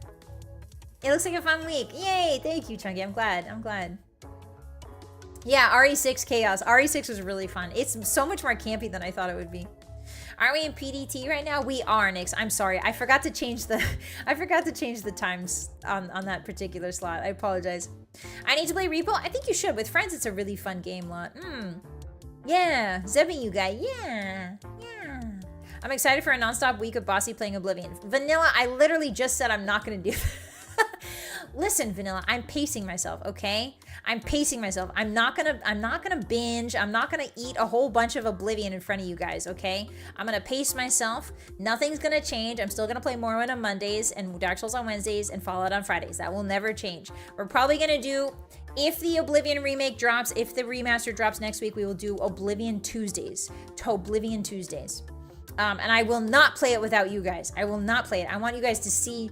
I want there to be a record of how excited I am about this game and a record of how into it I am. So I'm not going to stream it without, I'm not going to play it without you guys. Hi, Andre, hi. I gave the schedule rabies out of Disney World. Looks fun. Thank you, Onion. I can't wait for Buzz to do a full week of Elden Ring. I hate this. I hate this. Stop right there, criminal scum. You violated the law. Pay the court a fine or serve your sentence. Your stolen goods are now forfeit. Hi, Evo. Thank you for the first time chat. Aren't you excited? Aren't you excited to hear that in high definition quality? Hello. Happy Tuesday. Cut to Bossy streaming Oblivion at 3 a.m. No, I'm not going to stream it at 3 a.m. Mayoshi may be retiring. I did see that. There's a certain shark that may be retiring. Guys, I don't know for sure. All I know is she has an announcement. I can't believe that is happening at the same day that the Oblivion Remaster is getting announced. I feel like the monkey paw has curled, so to speak. I feel like the monkey paw has curled, and I regret manifesting the Oblivion Remaster if this is the price for it. You know what I mean? The real I'm so question is, sorry, will everybody. Bossy be able to restrict I herself manifested for a too whole hard. week? _bossy. Thank you, Night. Thank you for the super. I will be. I will be. I have strong willpower. That's like my best stat. Don't worry. Yeah. I'm not going to stream it 3 days early. Don't worry. Yeah, times are changing. They do be changing. What is constant is that there is a constant in this world, and it is that I really enjoy playing video games with you guys. I love yapping. Thank you for indulging my yapping. Thank you for being captive listeners. I really do appreciate that. I really like the back and forth. I really like listening to your thoughts about these sort of things. So thank you for coming by today. Thank you for yapping with me about my favorite game ever. I really appreciate you. That will never change. My appreciation for you and my appreciation for what we built here together on the Bossymoon channel, Bossymoon, the appreciation for the ability to experience these RPGs with you together is one of the my most favorite things in my life. It is genuinely, I always played these RPGs with my little sister, and now I get to play with you guys, and the feeling is and always has been a very wonderful one. So thank you. Oblivion Thank you, Vanilla. Thank you for the super. You can know life on it and tell me. I'm not gonna know life it. Stop trying to encourage me to know life it. The constant is Bethesda. The constant taught is forever, guys. And I'm really grateful that I'm able to experience. I'm alive to experience the Oblivion Remaster. I count my lucky stars every day that I'm alive to experience it with you guys together. But I appreciate you very much. We're gonna end it here for today. I'm gonna go get myself some food and water, and we'll see you tomorrow for Dark Souls at 1 p.m. and then Vintage Story with Kokone later that day. Yeah, thank you again for hanging out with me, guys. And remember, optimism is necessary for pessimism to exist. Hope is okay. It's okay to be hopeful. It's okay. It's gonna hurt when your hopes are dashed, but that's all right. Pain is part of living, and we are stronger by facing the pain rather than avoiding it. So hold on to your hope. Hold on to your positivity. I care about you guys very much. Make sure you eat something today. Make sure you get a little water, get some vitamins. Make sure you eat a green thing. Take care of yourself and others, and I will see you later. Okay? Okay. Bye-bye. Bye-bye. Bye. Bye.